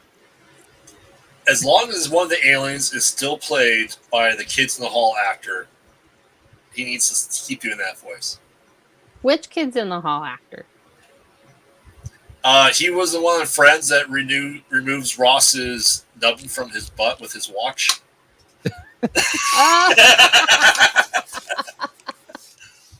He was also in Sky High. He was recently in Seinfeld. No, I know exactly who you're talking about. I know, he had the curly hair. Yeah. And I know who you're talking about. I don't know his name, but he's like that. He's the one that people are going to be like, you're that guy from that guy from Kids in the Hall. Yeah, that's the guy from Kids in the Hall, right? Oh, yeah. All right. We have a lot of news to get through, so we're going to jump through this next one real quick. Get it, Force. Oh my goodness. Oh my damn. All right. Wolverine voice actor, the only Wolverine voice actor, Cal Dodd, confirms the X-Men 97 animated series, which is premiering this summer, is getting a season 2 in the Fours yelling, "Let's go!" news. Oh, I need you to do that. I need you to do that more like Forrest. Come on now. Oh, you mean like me? Let's go! That's like me. Marvel Studios Animation has been developing a new animated series, X-Men 97, which is going to be the continuation of the original show. I'm dying here. In fact, the story picks up right where the cartoon series ended all those years ago. The series begins with Magneto and the X-Men after Xavier left with the Shi'ar into space in the original show's series finale. The series brings back the original voice cast. Rest in peace, Norm Spencer. We miss you, buddy. which includes Cal Dodd, Lenore Zahn, George Buza, Allison Seeley Smith, Chris Potter, Catherine Disher, Adrian Ho, and Christopher Britton. These now respectively. And Ben Schwartz. Yeah. So it respectively Wolverine, Rogue, Beast, Storm, Gambit, Jean, Nightcrawler, and Mr. Sinister. We have now learned from Cal Dodd that a second season of the series is already in the works. In a tweet that has already been deleted, Cal Dodd shared yesterday, Studio Season 2, Bub. It's a great season. So hashtag Wolverine, hashtag X-Men, hashtag X-Men 97. It's a wonderful thing at Disney Plus. So we know that we are at least going to be getting 2 seasons of the X-Men revival. It was previously confirmed some other characters that will show up. They include Bishop, Cable, Forge, Morph, Nightcrawler, Sunspot, the White Queen, Sebastian Shaw, and Callisto. Which were all characters Wait, in the original. wait. Did you say Forge? Yes, I did. Oh my god. I know. I love the character in X-Men 97 is optic blasting onto Disney Plus fall of 2023. I hope you guys are so ready for this. I'm so ready for this. Because I am Bub. Can we just ignore the animation from the last season? We need to. We really need to. I'm actually interested in seeing what the animation for this new season is going to look like, because it's going to be updated. It's not going to be the same style. I know. It's not going to look like please seasons don't let it 1 be the through same 3. style. Yeah, but it's going to be interesting to see. The character models are probably going to be the same, but the animation style is going to be completely different, and I'm excited to see what the animation style is going to look like. I can't wait for a trailer for this. What makes me sad, though, seriously, is that a few of my favorite actors are not going to be part of this, which means the girl who played Jubilee, which was actually the girl who played the animated Lydia on Beetlejuice. We're not going to get Magneto, the original Magneto. We're obviously Norm Spencer passed, so we're not going to get the original Cyclops, which makes me very, very sad.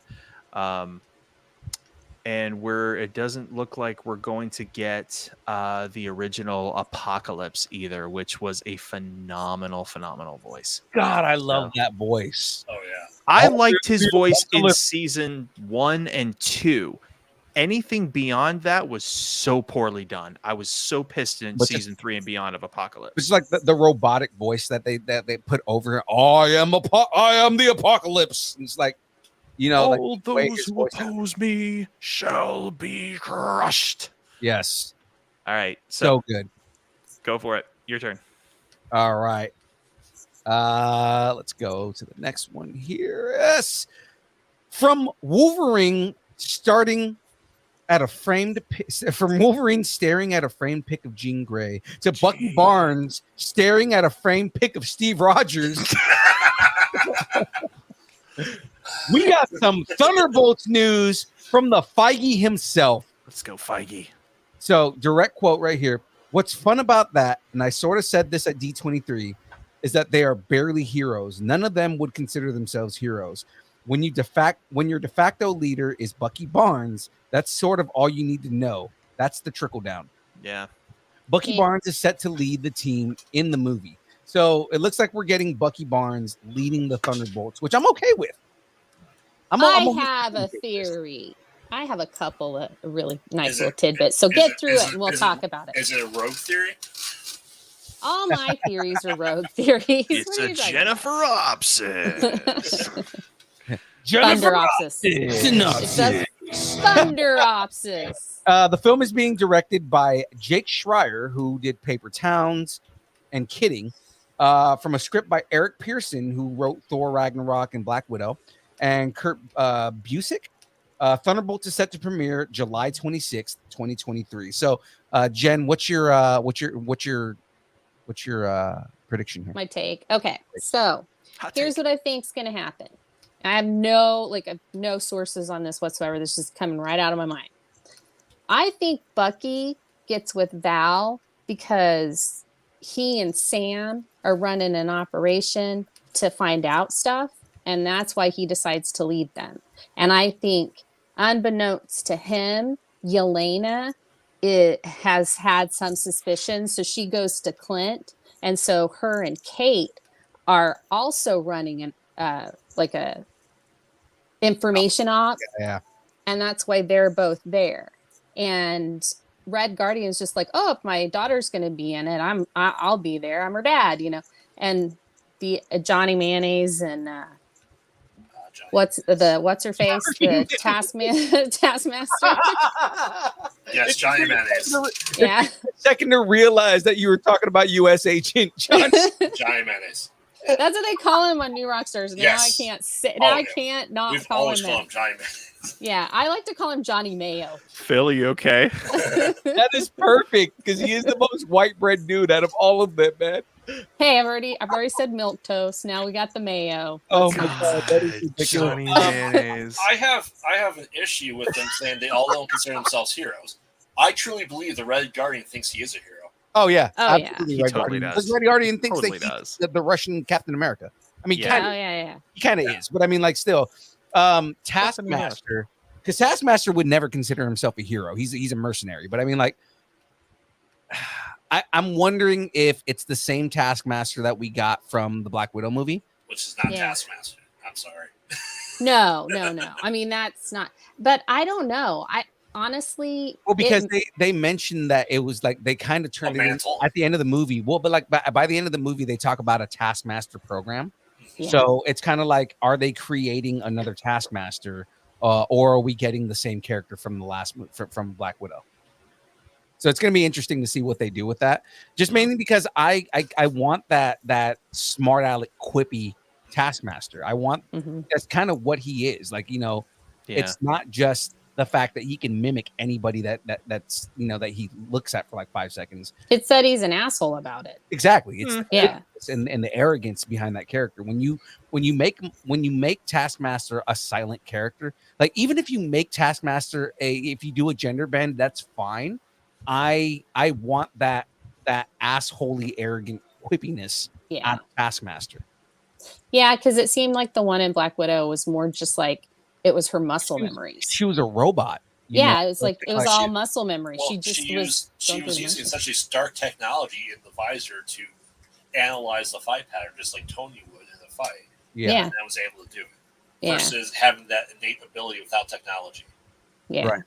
I mean, and so the way that I look at it, and the just from all the people that they've chosen, is all of these, every single person on that in that picture, they have, except Val, because Val doesn't think she ever does anything wrong or cares, but the rest of them, She's Madam Hydra. I mean, right? Yeah. But they're all looking for redemption or to prove themselves. So like Red Guardian wants to prove that, hey, I no longer want to fight your Captain America. I'm a good guy, you know. I'm So a he hero, would, right. yeah, he would do it for that. You know, Bucky, I honestly believe, He's so redeemed. believe. He's redeemed.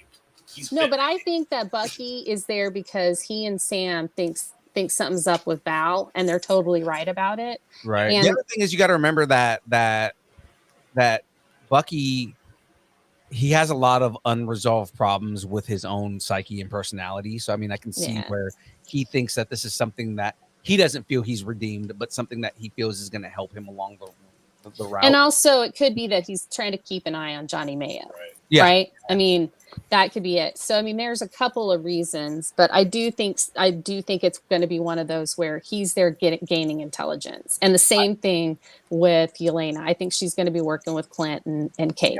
I feel like they're going to be the new Sam Bucky combination, because you know how like Yeah, Sam and Bucky arguing all through Civil War was just freaking hilarious the entire it's my time, favorite part right? It's like, with the whole bird thing. And he's like, "Why didn't you do that sooner?" you And he couldn't do goes- that sooner. And he's like, "I hate you." Like, you know, like that's, I feel like that dynamic is what you're going to get between US Agent and Bucky, but on a different Mhm. level, because Bucky's Yeah. going to be, you know, Bucky's more of the funny quippy guy in this case. Now that he's lightened up a little bit, US Agent's kind of she's kind of a bag of dicks. So I mean, like, you're going to get that dynamic between the two of them.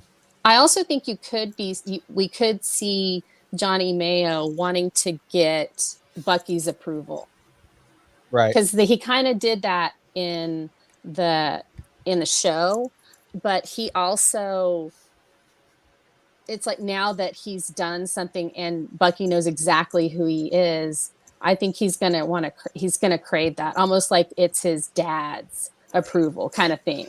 Like, no, he's he's legit and I'm not legit yet. If he approves of me, then I'm gonna be redeemed, kind of thing. Well, So there's a lot of dynamics. I just have one issue with the end of the Falcon and the Winter Soldier. Is yes, Sam needed to be Captain America, Bucky's not the Winter Soldier anymore. I think he's earned that title removal. White Wolf. He's the White Yes. Wolf. I think he's true. Ooh.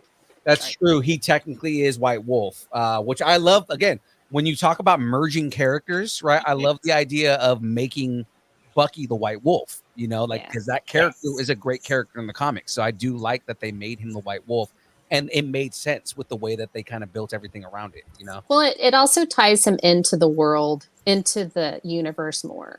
Because Right. he really had one connection, and that was Steve. Steve. And then now, after going to Wakanda, now he's got that experience and connection. So he has different connections. And so with Thunderbolts, he's going to get more connections. I do see the Bucky, Yelena, coming, are they flirting? Are they not flirting?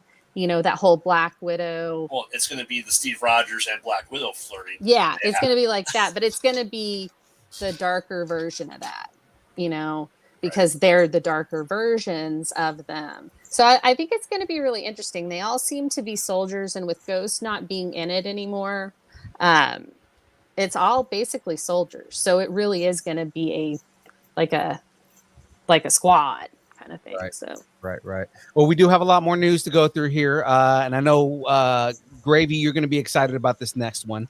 Oh, I love this one. Yeah, I have this one. I'm going to let you have. I was going to suggest that you take this one. So I found this one. So wow, you guys appreciate each other so much. I love this. I love this dynamic. In horror news, Megan gets even more violent. So speaking robots. Speaking robots are hell bent on killing people. Yeah. Go figure. Left, right? So Megan is coming to your home TVs and gorier than ever before. The 2023 horror film, which released into theaters with a PG-13 rating, will arrive on Peacock on February the 24th with both a theatrical version, which was actually pretty good, and an unrated version. So for those of you that wanted a bit more blood and guts from the killer doll slasher movie, you are in luck. Despite the immense love for the film, many fans noted that the lack of gore was kind of a letdown. So in Matt Donato's review for IGN, he wrote that Blumhouse's decision to assure Megan's PG-13 rating through reshoots isn't a deal breaker, but detracts from the already lesser emphasis on nightmare scares. So unlike Drag Me to Hell or Scary Stories to Tell in the Dark, it's a film that effortlessly entertains as a sassy techno horror satire, yet never feels evenly calibrated between Megan's villainous manipulation, the emotional fragility at stake, and exquisite killer doll frights. So now fans of the film can see Megan TikTok dance her way to home screens with or without all the unrated gore. So here's the deal. This movie was kind of drug through the mud in the public scene because they're like, oh, it's just Chucky with girls and it follows the same formula and blah, blah, blah. Bash the movie all you want, but Graveyard and I had a conversation about this, and this is, at its core, it's an AI awareness movie. It truthfully is. It's not about dolls, killing people. It's AI awareness. It's about this thing learning and taking on its own persona and trying to understand human emotion and all this kind of crap, and gets very, very, very super protective of her owner. So it's not some demon possessed doll or anything like that, like it was with Chucky. This is, again, it's an AI movie. It's a very good AI movie, to be honest. I mean, it follows a familiar, I would dare say, comfortable, inanimate object killing things formula. The doll formula, it follows it very well. It's adapted to suit today's audiences, given the whole we look at our phones too much, or we let YouTube raise our kids too much, or that kind of some shit like that. Right. It worked. The movie worked. You may not like it, but it is a formula that works, and I'm glad that it's going to be getting an unrated version. For those who don't want to pay 10, 12 extra bucks a month to get the Peacock service, I personally, tacos on the table, am willing to make a safe bet that you could probably purchase this on Blu-ray or DVD or 4K, and it will have the unrated version with it. If you've got that big a hard on for blood, either go ahead and subscribe to Peacock or just buy the Blu-ray. Yeah. And that's my 2 cents on it. I'll take it. Megan's a good movie. Here's my 2 cents. So They it's should have called it Small Wonder and been done with it. I Yeah. was gonna say, so it's Rosie the robot from the Jetsons, because she went there. A few It's- times. Yeah. It's a Black Mirror episode made into a horror movie. Is essentially It was a good movie. And again, it's a scary. I mean, it's not really her that's scary. It's the message. It's like, this is where shit is going, Oh yeah. and it's spookifying. It really is. So Yeah, I won't watch it. I'm not gonna watch it. I don't do doll movies. Well, I mean, she's not a doll; she's a robot. I She's a don't care. robot. Robots. Same Robots. thing. So you're not going to Robots. watch Megan 2.0 when it comes out? No. And Megan I 2.0 barely is watched coming the out in SNL 2020, sketch 2025. that they did for the Megan thing, and it was freaking hilarious. I'm just saying. Oh, I need to see that. Yeah, it's really it's really good. All right, moving forward. All right. Well, here's some sad news here. In Hollywood news, the family of Bruce Willis has announced that the actor has been diagnosed with a form of dementia called frontotemporal dementia, or FTD for short. Flowers to delivery. In a statement shared Thursday, the 67-year-old star's family stated that while the news is painful, it is a relief to finally have a clear diagnosis. Today, there are no treatments for the disease, a reality that we hope can change in the years ahead. As Bruce's condition advances, we hope that any media attention can be focused on shining a light on his disease that needs far more awareness and research, the statement said. According to the Mayo Clinic, frontotemporal dementia is an umbrella term for a group of brain disorders that primarily affect the frontal and temporal lobes of the brain. These areas of the brain are generally associated with personality, behavior, and language. Best wishes to Bruce and his family. That's really sad. I'm going to say horrible. something positive here. Mhm. Age 67, he had a good run. He had a Yeah. fantastic career. He is an actor who played quite literally unforgettable roles. Oh yeah. There are movies drilled into every man's being. Die Hard is a Christmas movie. I'm just going to say that right now. 100%. Die Hard is a Christmas movie. Die Hard is a Christmas movie. Also, This- Fifth Element is one of the greatest movies of all time. I mean, did he have a run Pulp like Sam? Did he have a Fiction. run like Sam Jackson? Where he's making movies in his 70s? No, he's not. There are some great treatments that do help folks with dementia. And again, high hopes that in the near future we're going to come up with some things to kind of stave this off, if not cure it completely. But again, looking on the bright side, he's a phenomenal man. He's a marvelous actor. His movies are A+. He had a fantastic run, and if you can make it 70 some odd years, that's a good life. That's a good long life. I mean, he did really good. I'm sad about the news, but he did so freaking well. I want he and his family to just do what's going to be best for him. Yeah. Honestly, that's it. So. Yeah. Absolutely. Love you, Bruce. Yeah. I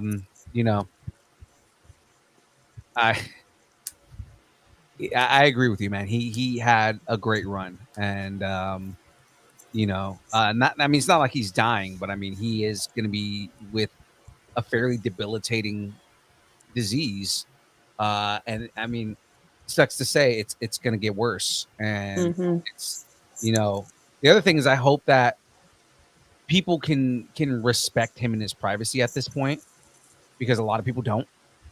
Yeah. And I hope the media can respect his privacy, given what's going on with him. Like, what I don't want to see is, you know, some tabloid or some magazine coming out with, you know, Bruce Willis found walking around the streets not knowing his own name, and it's like, yeah, you know what? That's bullshit. Don't do that. And you know what that reminds me of, dude? Honestly, the amount of crap that Patrick Swayze and his family got when he was suffering, and that just Yeah. wasn't necessary. Yeah. So, So, like yeah. I said, man, I hope, you know, we've got some technological advancements happening literally on the daily. You know, we're at diagnosis right now. I mean, in the years to come, there could be something that will help him, and I'm gonna maintain hopes that there is. And hopefully what this also does is it brings more awareness to it, because again, like the article mentions, there's not much research and there's not much we know about it. Like, hopefully this goes into finding out more about how neurodebilitating diseases like this, you know, can be treated, or like it helps find, you know, puts more awareness on it, and you know, kind of how like there's a lot more awareness in cancer because of the last couple of years of, or when I say couple, I mean like the last 40 years, but of you know, putting awareness towards a lot of these diseases, that, you know, they start focusing more on things like this type of dementia, or just neural diseases in general.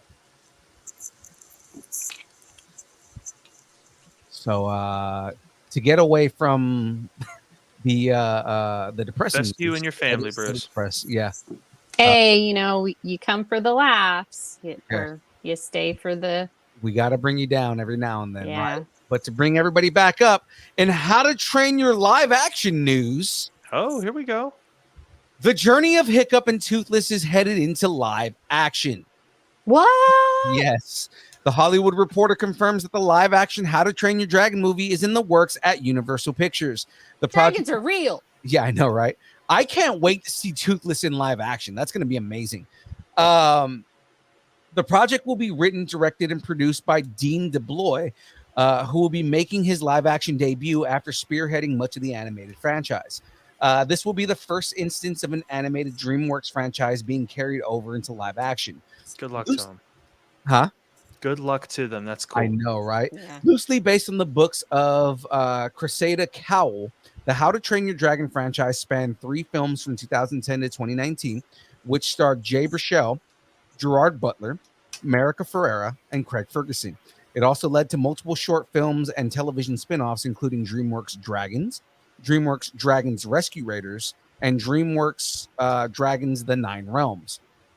The film is reportedly already in its casting process. Live action How to Train Your Dragon even already has a release date of March 14th, 2025.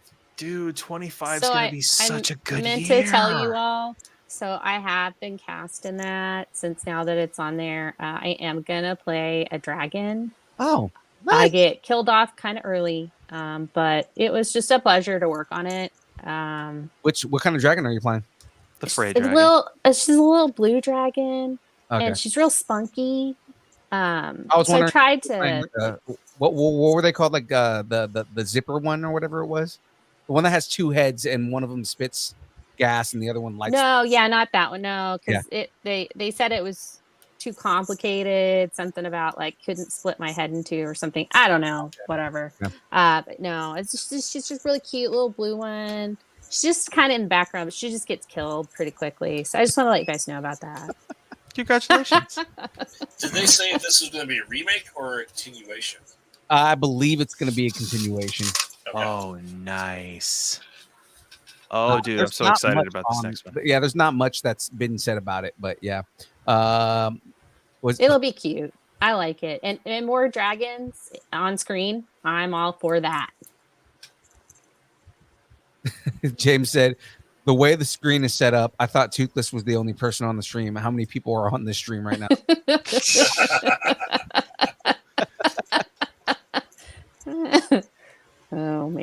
That's funny. Let me just bring us back to the side. All right. Next story. I know you got this one, man. So let's get this. I am so excited about this, guys. First of all, the PSVR 2 has hardly had any attention at all, but this is worth some attention. So, young Phil, don't blink during this next story. All right. So, in video games, this new PSVR 2 game from Dark Pictures, it's the same people who brought you Man of Medan. It's going to punish people who blink, believe it or not. Blinking has consequences in Supermassive Games, the Dark Pictures anthology spinoff, Switchback VR. Switchback VR puts players on the ground after a train crash, barely still alive. In this in-between state, they get tucked into a terrifying vision by a demoness trying to finish the job and yank them all to hell.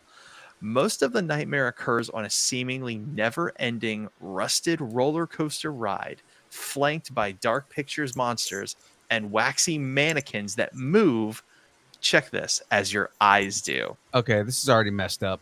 Check this out. This is a game version of the Doctor Who episode Don't Blink. Yes. So, oh my God. All right. So, Supermassive Games says we can see if you're blinking or where you're looking. They're utilizing the PSVR 2's eye tracking technology. So, these enemies, the mannequins, they only move when you blink. So, if you start blinking during gameplay, they change positions. They get closer, they multiply, and they even activate and start attacking you. So if you can keep your eyes open, maybe you'll survive. Nope, I'm dying within like 30 seconds of this. Where is that pen? Let's see Dude, check here. this out. Switchback VR is going to utilize the haptic feedback in the PSVR 2's handheld controllers and headset to let you physically feel the horror. Watch this shit. Yeah, if you do not duck things in time, you're gonna feel it in your head, says Supermassive. If a hand is passing through you, you'll feel that hand on your head.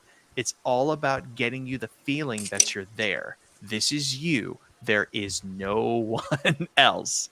Switchback VR comes out, check this, March 16th. It's only a month away. And it's currently available for pre-order. Yeah.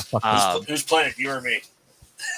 Shit, dude. I'll go back and forth with it. This All looks freaking great. So So we have a trailer for this. yes, and I provided us a trailer. So let's check this out. I just can't. I swipe. It doesn't work. So Oh, from the people who brought you Until Dawn and Dark Pictures. This is How do you so guys talk sick. me into doing this when you guys do crap like this? I don't Why know. am I here? Because we love you.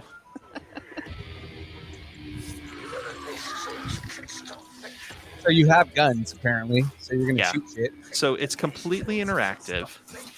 Is The it a thing rail is, shooter though- again? Like the Rush of Blood was?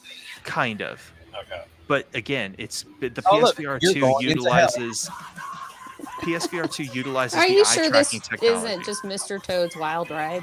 I don't know, but I know I need to find out what this song is so I can put it on my next playlist. Yes. Yeah. Dude. I This assume is she's on my the workout playlist. demoness. Okay, so all the mannequins move and change positions when you blink. That's Yeah. crazy. What makes me not want to play this game? Because I mean, it looks like a fun game, but what makes me not want to play this game is like, oh, it touches the back of your head. Like, I don't want that. I don't want. I don't want to feel these things touching me. That's taking it a step further. Dangerously close to Sword Art Online's technology. Now, obviously, these are just sensors and little things, you know, in the PSVR 2. They're not going to hurt you. They can't hurt you because they're not going to affect your optic nerves and shit like that. They're just trackers. But I mean, it's a really cool concept. The fact that it's going to watch, you know, to see if you are paying attention. So I don't know. It looks like I mean, it's not going to be a 10 out of 10 by any means. We had this 30 years ago. Sega Genesis had the vest that you wore for fighting. Oh, that's right. It would where you got hit, you'd feel it. Well, it's back, baby. DCF a trailer. I didn't sign up for this. We're revolutionizing, James. Times are a changing. So we're gonna pivot away from this game that I'm definitely not playing. Oh, for the people who are listening to this, I just held up a sign that said "no" with an exclamation point. I looked at it upside down and said, "It's on." That's why It's on. Ion. Oh, Jen, when we go live on Thursday playing this game, you're joining us. No. Mm-mm. No, not happening. Mm-mm. It's on. Nope. So in Turtles in a Half show news, Heroes in a Half IDW has announced an exciting new comic miniseries entitled Teenage Mutant Ninja Turtles versus Street Fighter.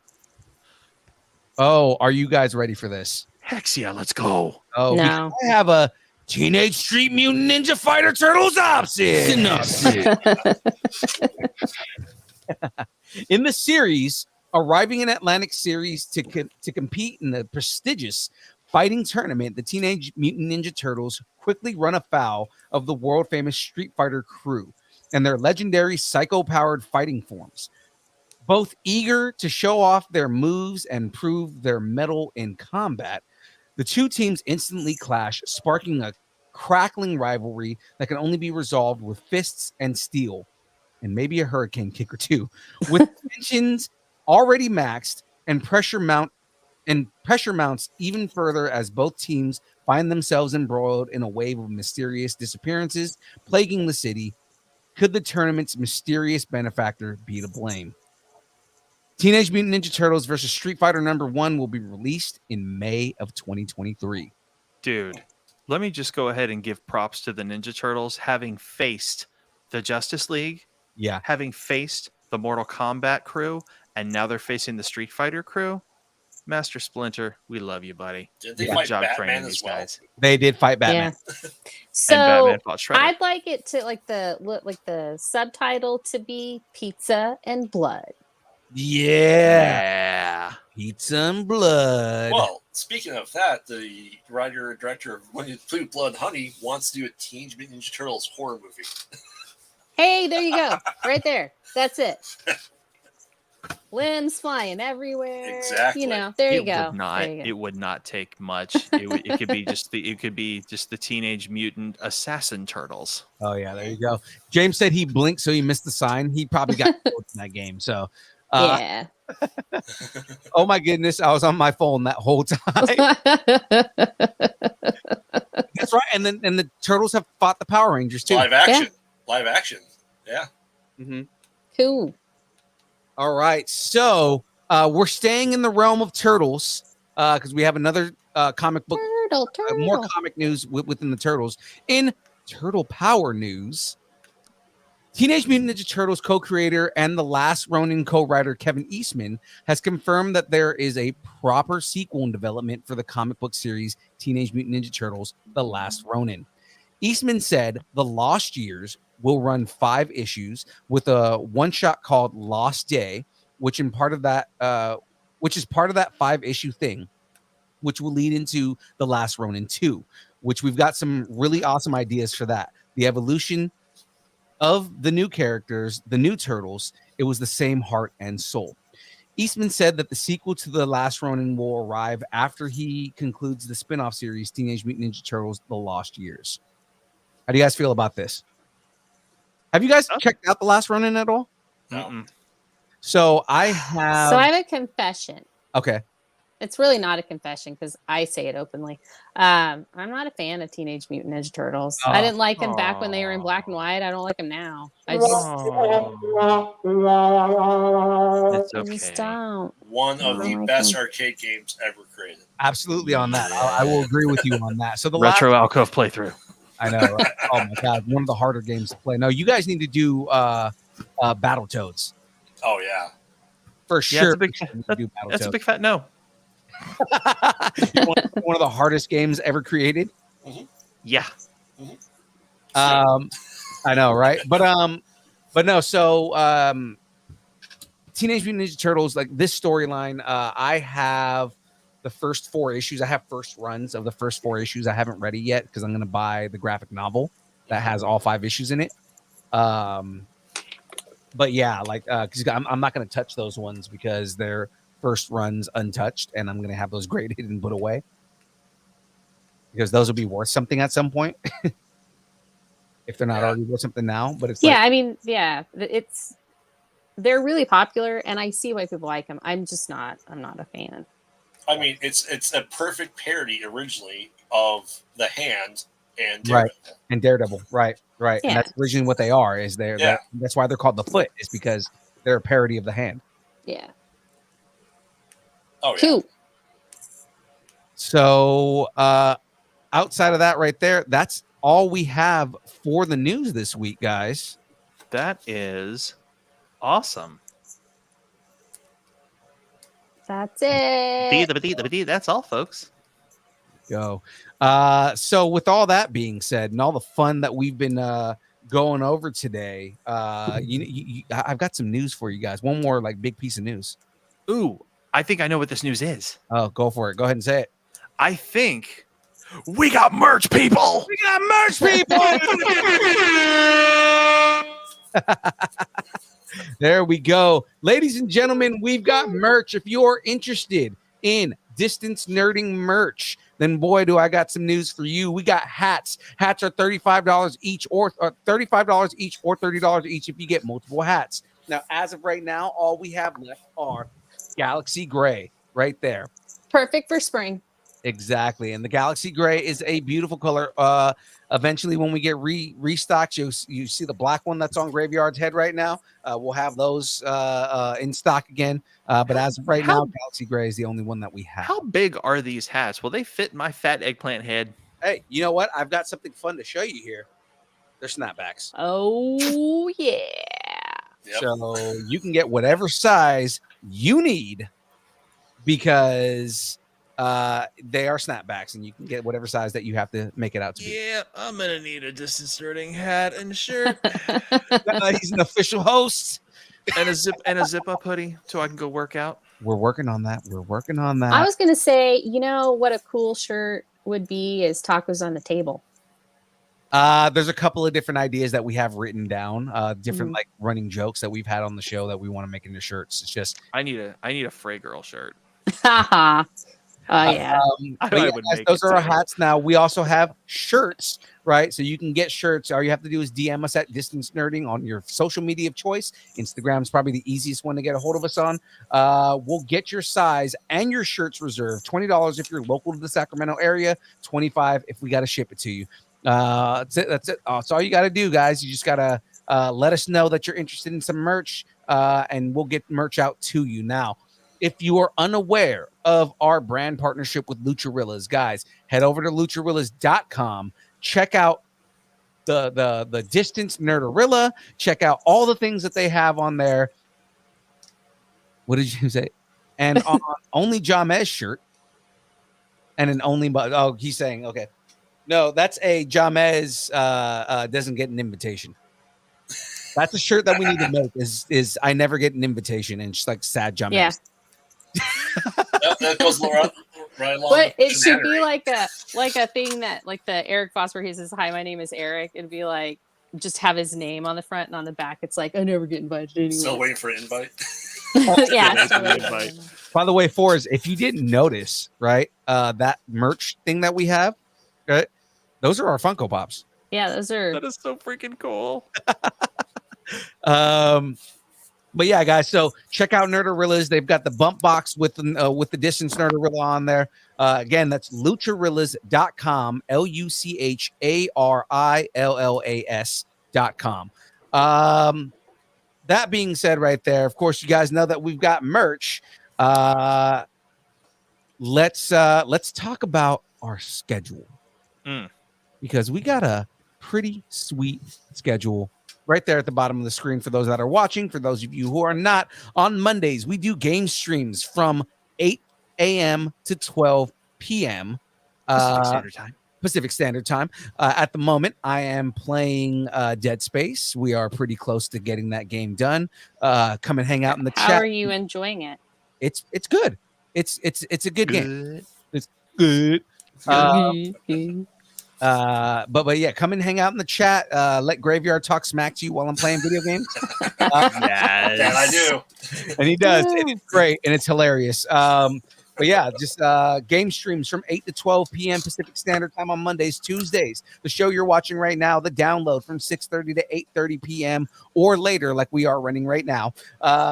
Thursdays, the build from 6 to 8 p.m. on Thursdays. Where we bring on a guest. I build Lego on stream, and we do all kinds of brackets and fun stuff. So as of right now, Graveyard is facilitating a bracket for us, and we are doing the best comic book heroes and villains. Yes. We're getting on to the second half of that bracket, and we're gonna determine the ultimate hero, ultimate villain between both Marvel and DC.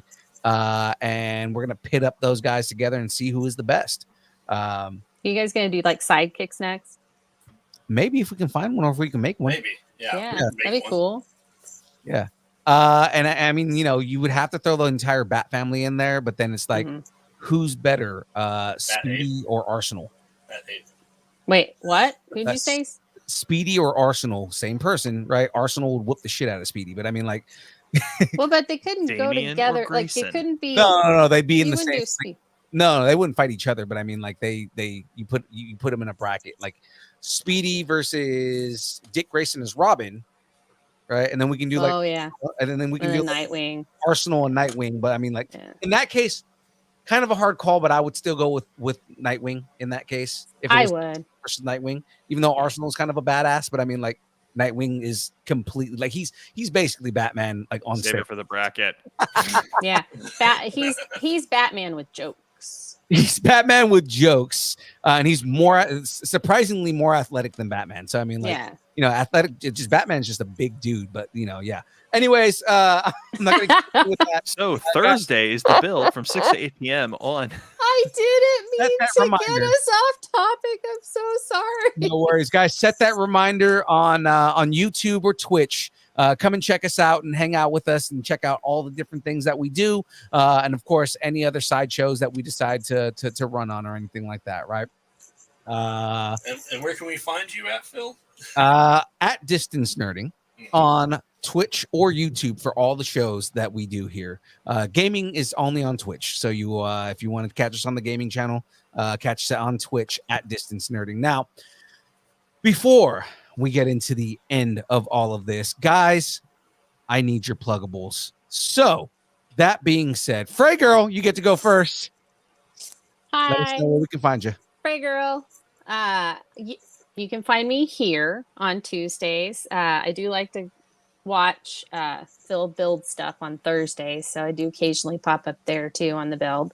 And then I do Kyber Cave After Dark on Fridays at Kyber Cave Productions. It's on YouTube as well, just like we are right now. And also, I don't know, I guess that's it. And then I do shorts on my channel at Frey Girl. And Monday through Friday, I do the break room. I'm a mod for them. And then I'm also a mod in the Discord for New Rockstars. And you can find them at New Rockstars on YouTube. They also have a new channel called The Deep Dive. The Discord is New Rockstars. And there's a deep dive channel there. Since it's brand new, we kind of folded it in. I don't know what'll happen in the future, but yeah, check it out and you'll see me there. I think that's it. Oh, you can find me. I'm Frey Girl pretty much. Twitter, which I'm on most all the time. And I think, Gotham Oracle. yeah, Gotham Oracle. But no, I was trying to think if I was Frey Girl on anything else here, obviously. But that's my gamer tag. So I'm Frey Girl on, if you're on Xbox and you see Frey Girl, that's me. And yes, Gotham_Oracle on Instagram and TikTok. And I do post stuff on those as well. So yeah, follow me there. Super sweet. Graveyard. Yes. tell everybody where we can find you. You can't find me anywhere. No one can find me. I do. You're right there. I am Graveyard co-host. I don't have it up for this one, but co-host of the Mostly Pilot at Night, Mostly podcast. In 57 minutes, the 31st episode will drop on Spotify. Yay. Any place you get your pods. It's called Innocence Lost, where we watch a whole bunch of really bad horror movies about children's stories. Oh God! Oh, that's awesome. On top of that, you can find me sometimes here on Tuesdays, sometimes if Destiny's down, more so. Thursdays on the build for running brackets, and then over at Kyber Cave Productions, you can find me releasing Retro Alcove on Mondays. You can see me gaming with Fours on Thursdays live. You can see me Kyber Cave After Dark on Fridays. And follow us at Pilot at Night for most things, for our handles on Twitter and Facebook and Instagram, where we post just silly stuff, really just me. But yeah. All right. Fours, because you have other stuff that you do, so just let everybody know where they can find you outside of here, since you are now a host of the show. It's crazy. All right, so I'm gonna say it anyway. So you can catch me Tuesdays right here on the download officially. You can catch me Thursdays on the build officially. How about that? After the build, though, you can come back to Kyber Cave Productions. You can watch as I host the Kyber Cave Gaming Thursday Night Live, where Fours and Graveyard will play something live. Kyber Cave After Dark on Friday nights at I believe it's 8 p.m. Pacific. Remember, I'm Florida man, so everything's Eastern for me. Mondays, every so often, I'll be on the Retro Alcove because that's Graveyard's baby, and he's got all kinds of friends coming on there. And also, I'm doing a show with Anthony and Aubrey from Kyber Cave called Two Queens and a Fours. We're doing some PlayStation Classic stuff, and Mrs. Fours and I are going to be dropping here in the next.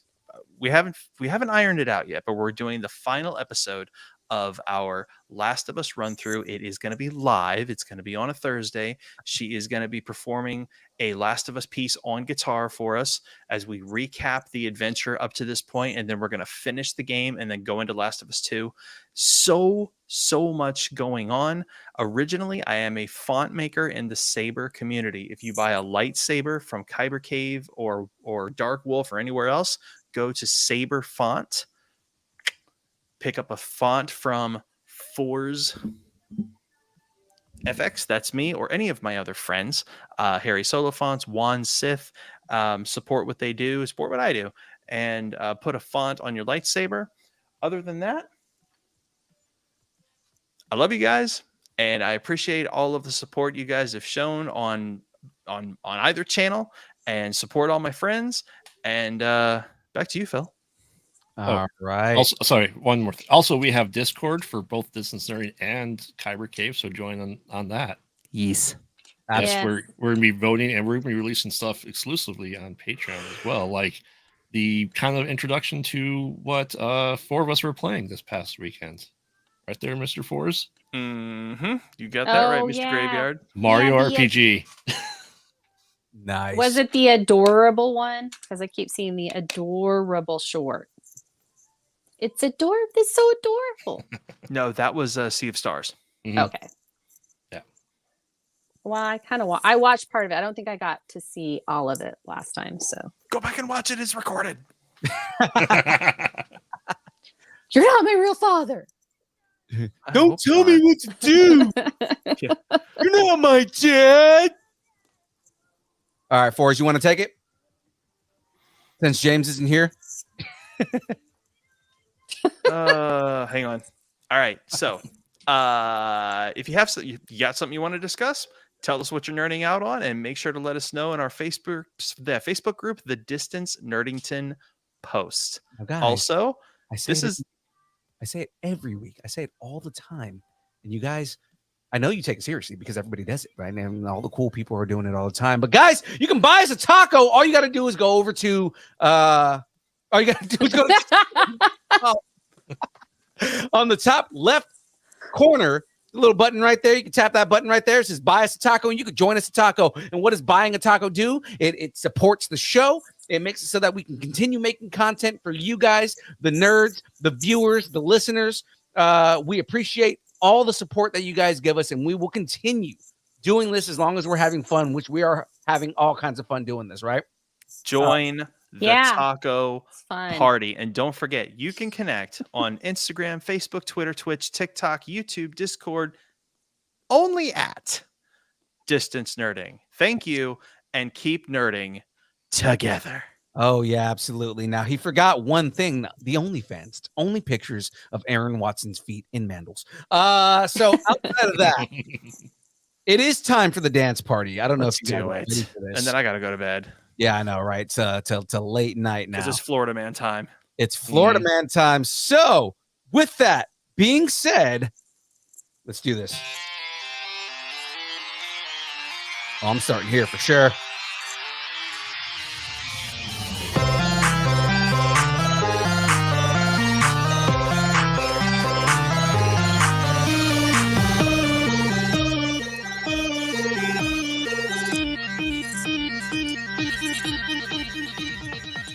Distance nerding.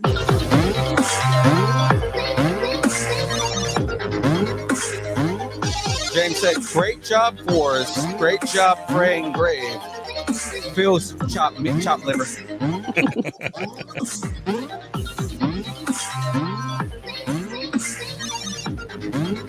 You guys like the reflection of distance nerding in Bob Ross's face? Love it.